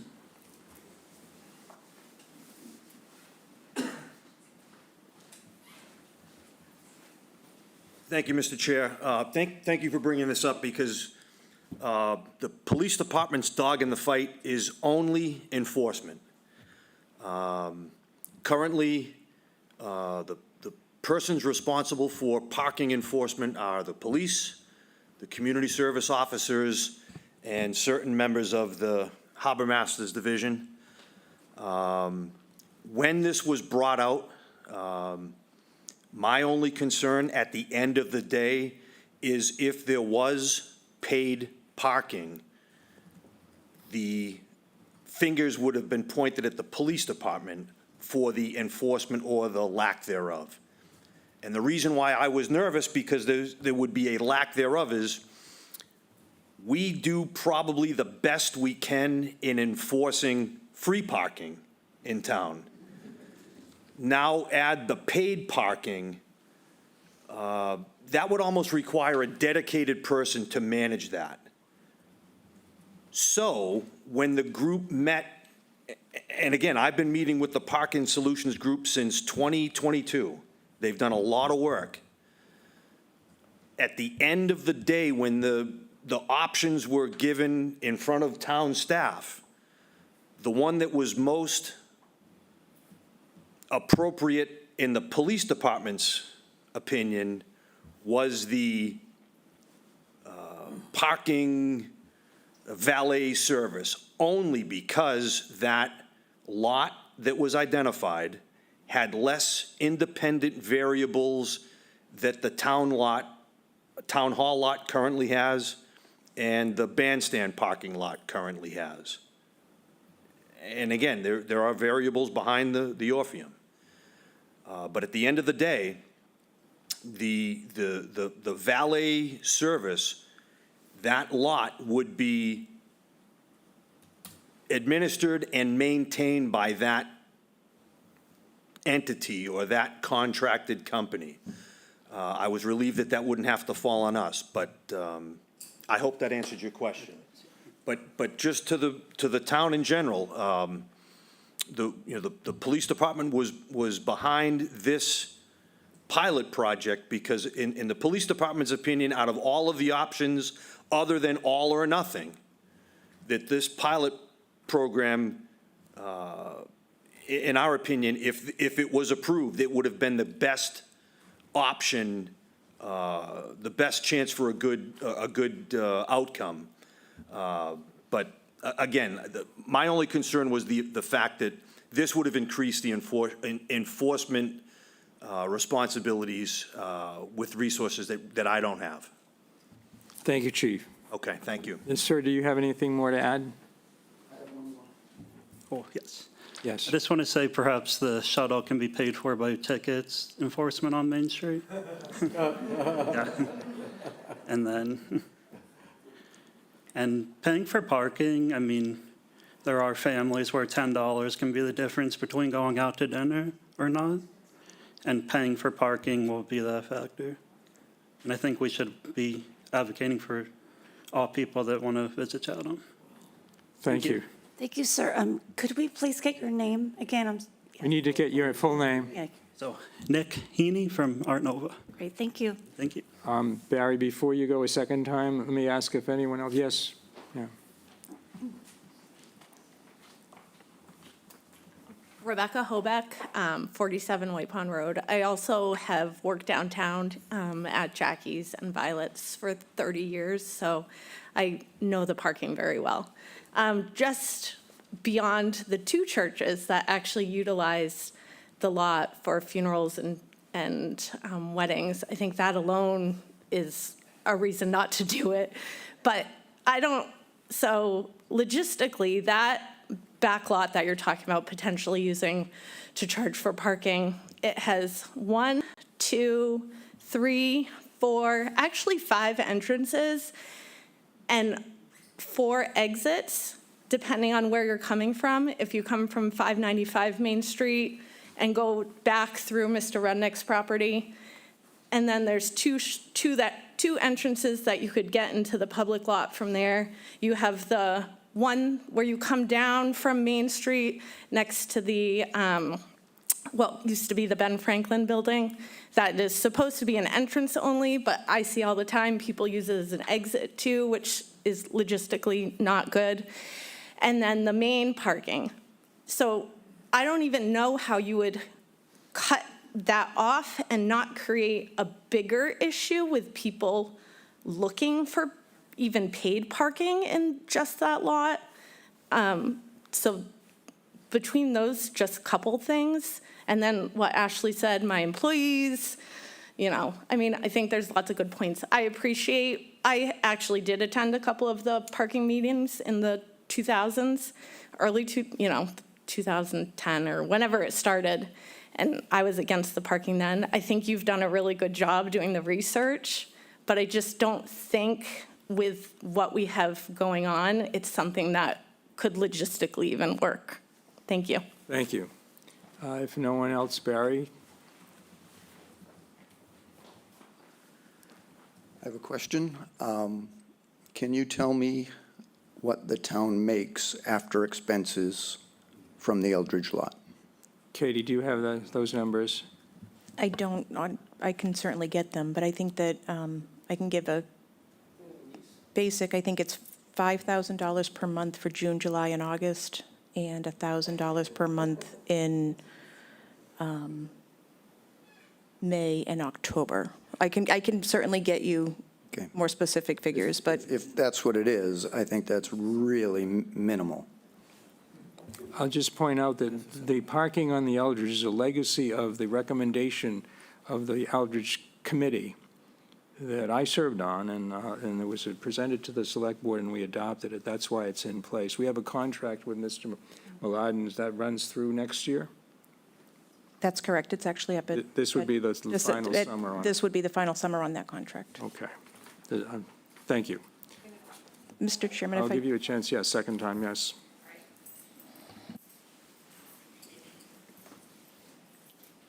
So this is probably a silly question, but the revenue from the tickets that people get in town, where does that money go? And how much money per year do you get from that?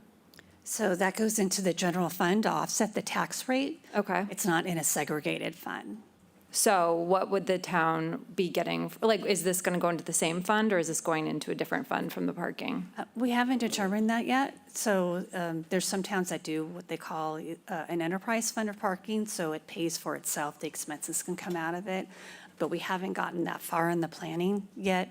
The arrangement that we have with Eldridge Garage, and potentially if we were to do a pilot program in the lot with a similar type of service, is that they would pay the town a certain dollar amount, either per car, and then they'd be able to keep revenues that they generate as well to offset. So is the curiosity of all of this to create more revenue for what then? Just because if it's all going to whatever, maybe increasing the parking tickets because people do park poorly on Main Street, which is a problem for everyone, for the traffic, for the people that have businesses here. They park poorly in the lots in the back. Obviously, that's I know, I'm just asking, what if that would be a solution to a revenue I'm sorry to interrupt you. The select board did vote to increase the parking fines. Okay. And so that just happened last year. You'll see some spaces that have, or maybe all at a $75 fine, higher for the handicap spaces, but it used to be $50. So that happened, I believe, 2 years ago, Katie, if that's the case. Do we know how much, do we know how much, because this question was asked, do we bring in on tickets? We do know. I think the police chief actually may know that. Chief Anderson.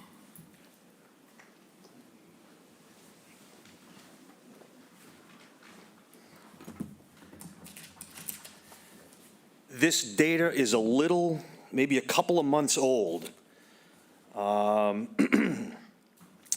When we instituted the new parking ticket software in 2024,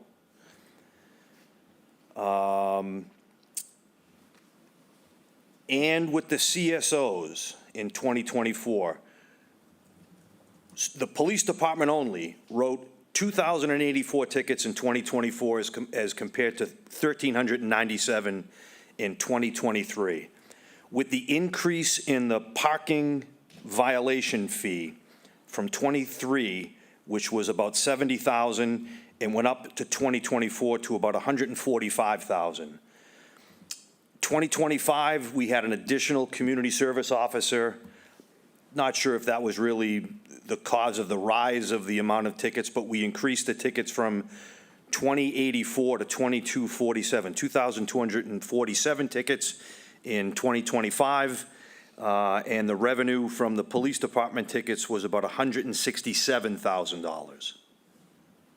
Is that money actually being collected, or are they paying their fines? Do we know, Chief? I'd have to dig deeper in the software, but when this data was taken, there were still some tickets that have yet to have been paid, and there still were some tickets that were in the queue to be disputed or appealed, but that's the ballpark. Okay. Thank you, Chief. Okay. Thank you. Did you have anything additional? I guess I'm just curious, if the money is just going into like a fund, why can't that pay for the shuttle that we want to do? And I also think that the shuttle shouldn't just be about parking. I think it should be accessibility to the fish pier, which is obviously a congested area. I send people up there all the time to go eat lunch and things like that, but also to the different museums that are around town. It shouldn't just be about parking. It should be like increasing visibility to the things that aren't just on the main street where people shop. I'd like to see the chamber step up and help with that, as they've done in some other I communities. think that they have a very heavy plate, I understand that. Some years ago, we had a downtown working group. Mr. Oppenheim was on it, I was on it, and the chamber stepped up at that time to encourage their employees not to park in some of the lots, and they put out brochures, which we had placed in kiosks around town to encourage visitors to park at the community center and elsewhere, and it had some success, so I'd like to see the chamber think about that. resuming that. I know you're not speaking for the I'm not a chamber. part of the chamber, but I'm just saying that, like, if we have, tickets, obviously, that are driving revenue to the town, I mean, maybe $25 isn't enough to add on to them. Maybe they should be $150. I mean, I hate to say it, but I'm that's. happy to raise the tickets even higher, because there are I think- people who come into this town who don't care how much the cost of a ticket is. They'll pay it. I mean, I think if it's 75 or 150, it's really not a big deal, if they're already, Okay. Thank Anyway, you. Did that's you all I have have to anything say. else? Thank you, ma'am. Yes.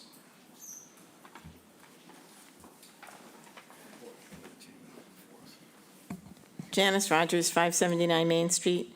I just really have one simple question. Has thought been given to the hours that this would be enforced? Like, would you have a parking attendant 24 hours a day or, between certain hours of the day?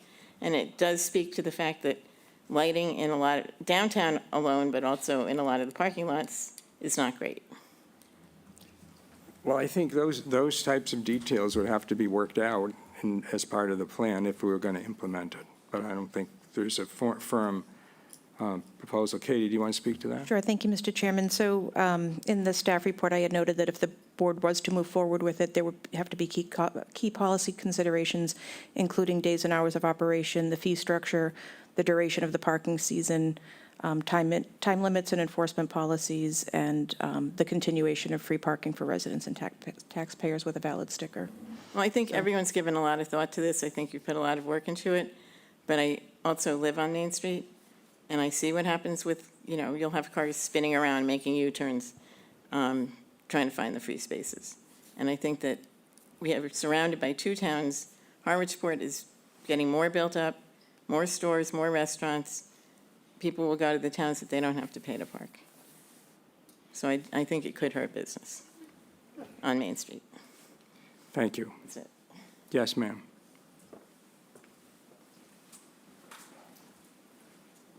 Yes, Ellen McKee, 184 Indian Hill Road North.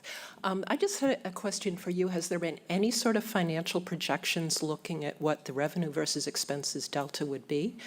I feel if the main driver here is revenue, that's a huge decision point that we need to consider before thinking about moving ahead. Katie? Yes, so again, looking, if the board were to move forward, those were things that we would have to consider based on the type of parking that we would do, with what we would look at the fee structure. So we don't have any revenue projections, just based on the fact that we haven't made those key policy decisions at this point in time. Sorry, just to follow up, it seems to me it's a little then a bit of the chicken or the egg. Sure, I understand. So I think that just the staff was asked to bring forward considerations for the board to consider for paid parking implementation, and this is that first step that we're doing for some, Okay, for these I guess options. Again, going back to the point, if revenue is really the driver here, I think that's a really important factor to bring into the preliminary discussions before we even think about options. I think that's why it was called a pilot program, but I will tell you, in the staff meeting that I attended, I think the Mr. Rowe, our IT directors, projected that it could bring in as much, this pilot program, if it were implemented, could bring in as much as $150,000. Am I right, Mr. Dykens? That's correct. One last thing about the shuttle. My understanding also is that in the town of Plymouth, the Plymouth Chamber of Commerce paid for a shuttle. It's an electric shuttle. Is that correct, Mr. Dykens? That's my recollection. That's correct. So I think, I'm happy, I think this board and the town staff would be happy to work with the chamber and the merchants to deal with the parking issue. We've done it in the past. Any other comments from the public? I don't see any more. I'm going to bring it back to the board. I'm going to begin with Stuart, because you haven't had a chance to speak yet. Sure, and thank you, Dean. A lot of the questions have been answered that I was taking notes on. The revenue that we're getting from the Eldridge Garage parking seems to be somewhat minimal. That in itself is somewhat of a pilot program, so I don't know if we need another one. I'll go towards, well, I can go different directions on questions, but I hate to how this is going to sound, but Chatham is not Hyannis. Chatham is not Provincetown.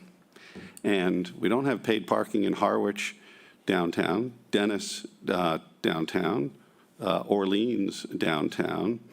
I'm not sure where I know the revenue is going to go into the general fund unless we have a dedicated account, but I'm not sure it's kind of like it's going to be spent on these improvements. I like a little bit more definition on where the money would actually go, to do what job, to do what improvement. So town meeting, are we going to, if we were to adopt this, which it doesn't sound like, well, I don't know if we're going to adopt it, but town meeting, do they have to provide funding for this year? I looked back in the September meeting, the town, you guys were going to come forward like you are, and we were going to go, and then we would go to town meeting for any follow-up or funding. Is that not necessary? No, with the fact that we would be doing an attendant, or recommending, or, So if there were town staff, there may be. If it were town staffed, it may be, or if we needed to purchase any type of technology or contract with an app-based company, kiosks, we would have needed to go to town meeting. But because we were looking at an attendant-based, it would actually be an RFP process to seek somebody to come in and run the parking lot. Yeah, I mean, it may be worthy to have a discussion, maybe we are, before we sign a contract with the Eldridge Garage parking as to really whether we want to continue this, because the numbers are telling me that I'm not sure what we're accomplishing there. The other thing is, and I've mentioned this at a few, I didn't support this in September, I was on the losing side. But I really think we should, and this is not an easy effort, I think the police have tried on a couple of occasions and others, but the traffic rules and regulations are archaic. They might be 50 years old. And it seems to me, if we're going to look at the entire community, because this parking issue is everywhere, that we want to start with that comprehensive review as opposed to just kind of piecemealing a parking issue or paid parking here and not here.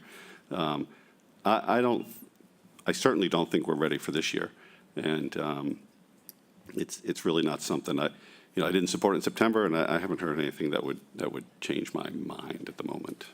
Thank you. Any other comments from the board? Well, yeah, I mean, I feel like Sisyphus rolling the rock up the hill, to be honest with you. I appreciate Joni Craig's comments immeasurably. Thank you, Joan. We worked closely for years on a parking solutions working group, and I would have loved to have seen this turnout when we had those meetings then and had some input, because I really appreciate the input this evening. Some excellent points have been made. Church activity, question mark. The parking lots themselves and lighting is a question mark. It's something we really need to deal with. Enlarging a parking lot, I think, is something that makes a lot of sense near the community center. I still would advocate vehemently for a shuttle bus, narrow. It could be a golf cart. It could be a narrow shuttle bus, Mr. Oppenheim. But we've invited tourists very successfully to this town, which supports our downtown merchants immeasurably. But it also has created an enormous strain in July and August on our resources downtown. Ashley, I don't go downtown in the summer. I shop in the spring and the fall and the winter downtown. I don't go downtown in the summer. It's too crowded. I can't find a place to park, just facetiously. But so I really don't go downtown that much or at all. So it's too crowded. So to think that, it's wonderful for the merchants, but it's not great for everybody else, to be honest with you. And we've tried to tackle this for years. So I'm willing to keep trying to tackle it, to be honest with you, and I'm willing to it sounds to me like it's too late for a pilot this summer. I'm going to give up on that. I've heard you. I don't think we're ready. I think it's 7 months in September, and we should have been dealing with this all along rather than suddenly in April, right before the summer. It's too late. So I realize it's too late. I'm mature enough to understand that. However, I'm not willing to just let it go. I'm not. We are extremely congested July and August, guys. If anybody sits here and says we aren't, I don't believe you. So I'm willing as a select board member and as a resident of town to try to deal with the issue. and have been all along. So I'm going to give up on the pilot program for the summer. I'm not going to support it, but I'm not giving up on trying to solve and alleviate the parking congestion and the congestion downtown in the summer. I'm not. So, I think it's too bad Shireen's not here. I think, I don't know what kind of a vote we're going to take, but I think it's too bad that she's not here to hear this. She can certainly listen to it again. And you've raised excellent questions, and I really appreciate your input. But I'm also not willing to give up. Thanks. Any other comments? Mr. Chair, I just want to say that if this was an easy thing to accomplish, I think the town would have maybe done it 15 or 50 years ago.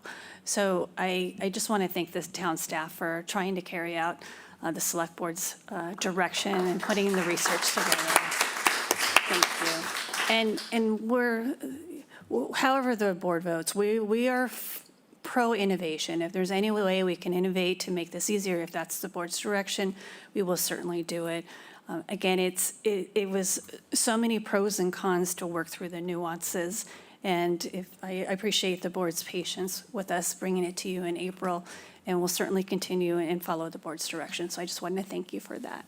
Well, thank you, Jill. I'll echo your compliments to the town staff for bringing this forward, and I'll take issue with a comment that was made earlier as to why we're even considering this. This is our job as select board members, to consider ways to improve the town, to bring in revenues to the town. We have a lot of expenses, capital expenditures, so I don't apologize for that one bit.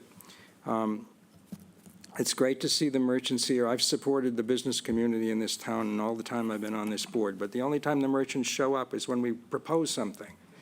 They showed up in force back in 2016, I think it was, when we wanted to enforce, we had voted to impose a 2-hour parking time limit on Main Street. Stuart referred to the parking regulations. The regulation in force right now, in place right now, is 1-hour parking. Isn't that right, Chief? I think it's 1 hour. It's not enforced because we don't have signs. We could put up the signs tomorrow, and then you'd have a real problem with people. But I'd like to see and I know there's a lot on the plate, and these are hard times for everybody economically, but I'd like to see the Merchants Association and the Chamber try to address some of these problems. It is not just automobile traffic that's a problem downtown in the summer. It's the ability to walk up and down Main Street that's a problem. I know summer residents who have come up here and they left for the entire month of August. They live on my street because it was a terrible situation a couple of years ago. And it just wasn't worth it. They went back home for that month, and they came back at the end of the summer and stayed an extra month. So there are some real issues with that. I'm not going to support, as I intimated earlier on, a pilot program this summer, and frankly, I'm not going to support this issue any longer during my time as select board. I'm done with it. Period. You don't have to applaud. I'm done with it. I put in as much effort on this as I can. And I'll leave it at that. I'm not going to ask for a vote. I don't think there are votes to implement anything tonight. Okay. All right. Yes, Joan?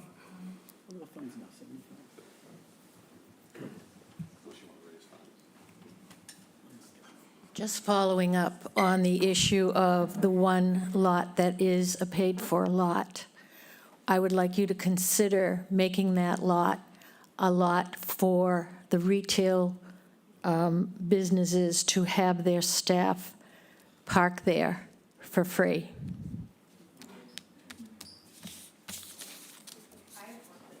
Yes, you can come in after Barry. We've got somebody else coming, Ashley. You can go after Barry, then you. Barry. As much as I hear that, if you put all employees down that end, and all the employees who, they're not going to stop at our shops. My business is based on tourists, and if we just have employees in that lot, I might as well just throw the keys away. I'm done. I'm done. Like you, I'm done. Thank you. I'm going out of business. Yes. All right, so solution maybe. So in Wellfleet, there are surf cams, okay, to look at the surf. So if guys are looking, or people that surf, want to go look at the waves, they can see if there's surf, right? So what if our parking lots have parking cams? It's not an expensive choice, right? It's a streaming service online. The town could potentially do something like this, where some people that want to have access to the parking lots can go on there and they can see if they want to come downtown. People that are gonna come shop on an impulse are just gonna come down and they're gonna deal with all the traffic, but people who might not wanna come down, what if there was something else in place for you to be able to see if there was an option? And for the different public lots, different areas that, you could have a chance. And, if you live 5 to 10 minutes away, the likelihood that that spot is still gonna still be there. And then, of course, there's different places in Massachusetts where you can see that it's like a using it like a green light, yellow light, type of energy. But obviously the cam, I think, just speaks mountains of like what's happening, so you could have a stream of that in different areas so people can see what the different lots are doing and they can have a better access to them. And I know it's not generating money, but it could be the accessibility that we're all looking for, and it wouldn't cost a lot of money to do, in my opinion. Thank you very much. Okay. Unless there is a motion, I'm going to deem this matter completed for tonight. No action taken. No action taken. All right, thank you. Thank you, everyone. Thank you for your comments. We appreciate them. The board is going to go into executive session under item 8, executive session, Massachusetts General Laws, Chapter 30A, Section 21, Paragraph 6, to consider the purchase. What? We have a policy on the communication? No, that's been deferred. Okay, sorry. That's all right. We'll start again. The next item is executive session under Massachusetts General Laws, Chapter 30A, Section 21, Paragraph 6. Can we take the conversation out of the room, please? To consider the purchase, exchange, lease, or value of real property, parenthesis 231 Crowell Road and 243 Crowell Road. If the chair declares that an open meeting may have a detrimental effect on the negotiating position of the governmental body with no return to open session. I'm going to offer the motion. Second. I'll read it again. I move that the board go into executive session under Massachusetts General Laws, Chapter 38, Section 21, paren 6, to consider the purchase, exchange, lease, or value of real property, parenthesis 231 Crowell Road and 243 Crowell Road, if the chair declares that an open meeting may have a detrimental effect on the negotiating position of the governmental body with no return to open session. Second. Moved and seconded. I'll call the roll. Mr. Dykens. Aye. Mr. Metters. Aye. Mr. Smith. Aye. The chair votes aye. We are going into executive session. We will not return to open session. Good night, Chatham.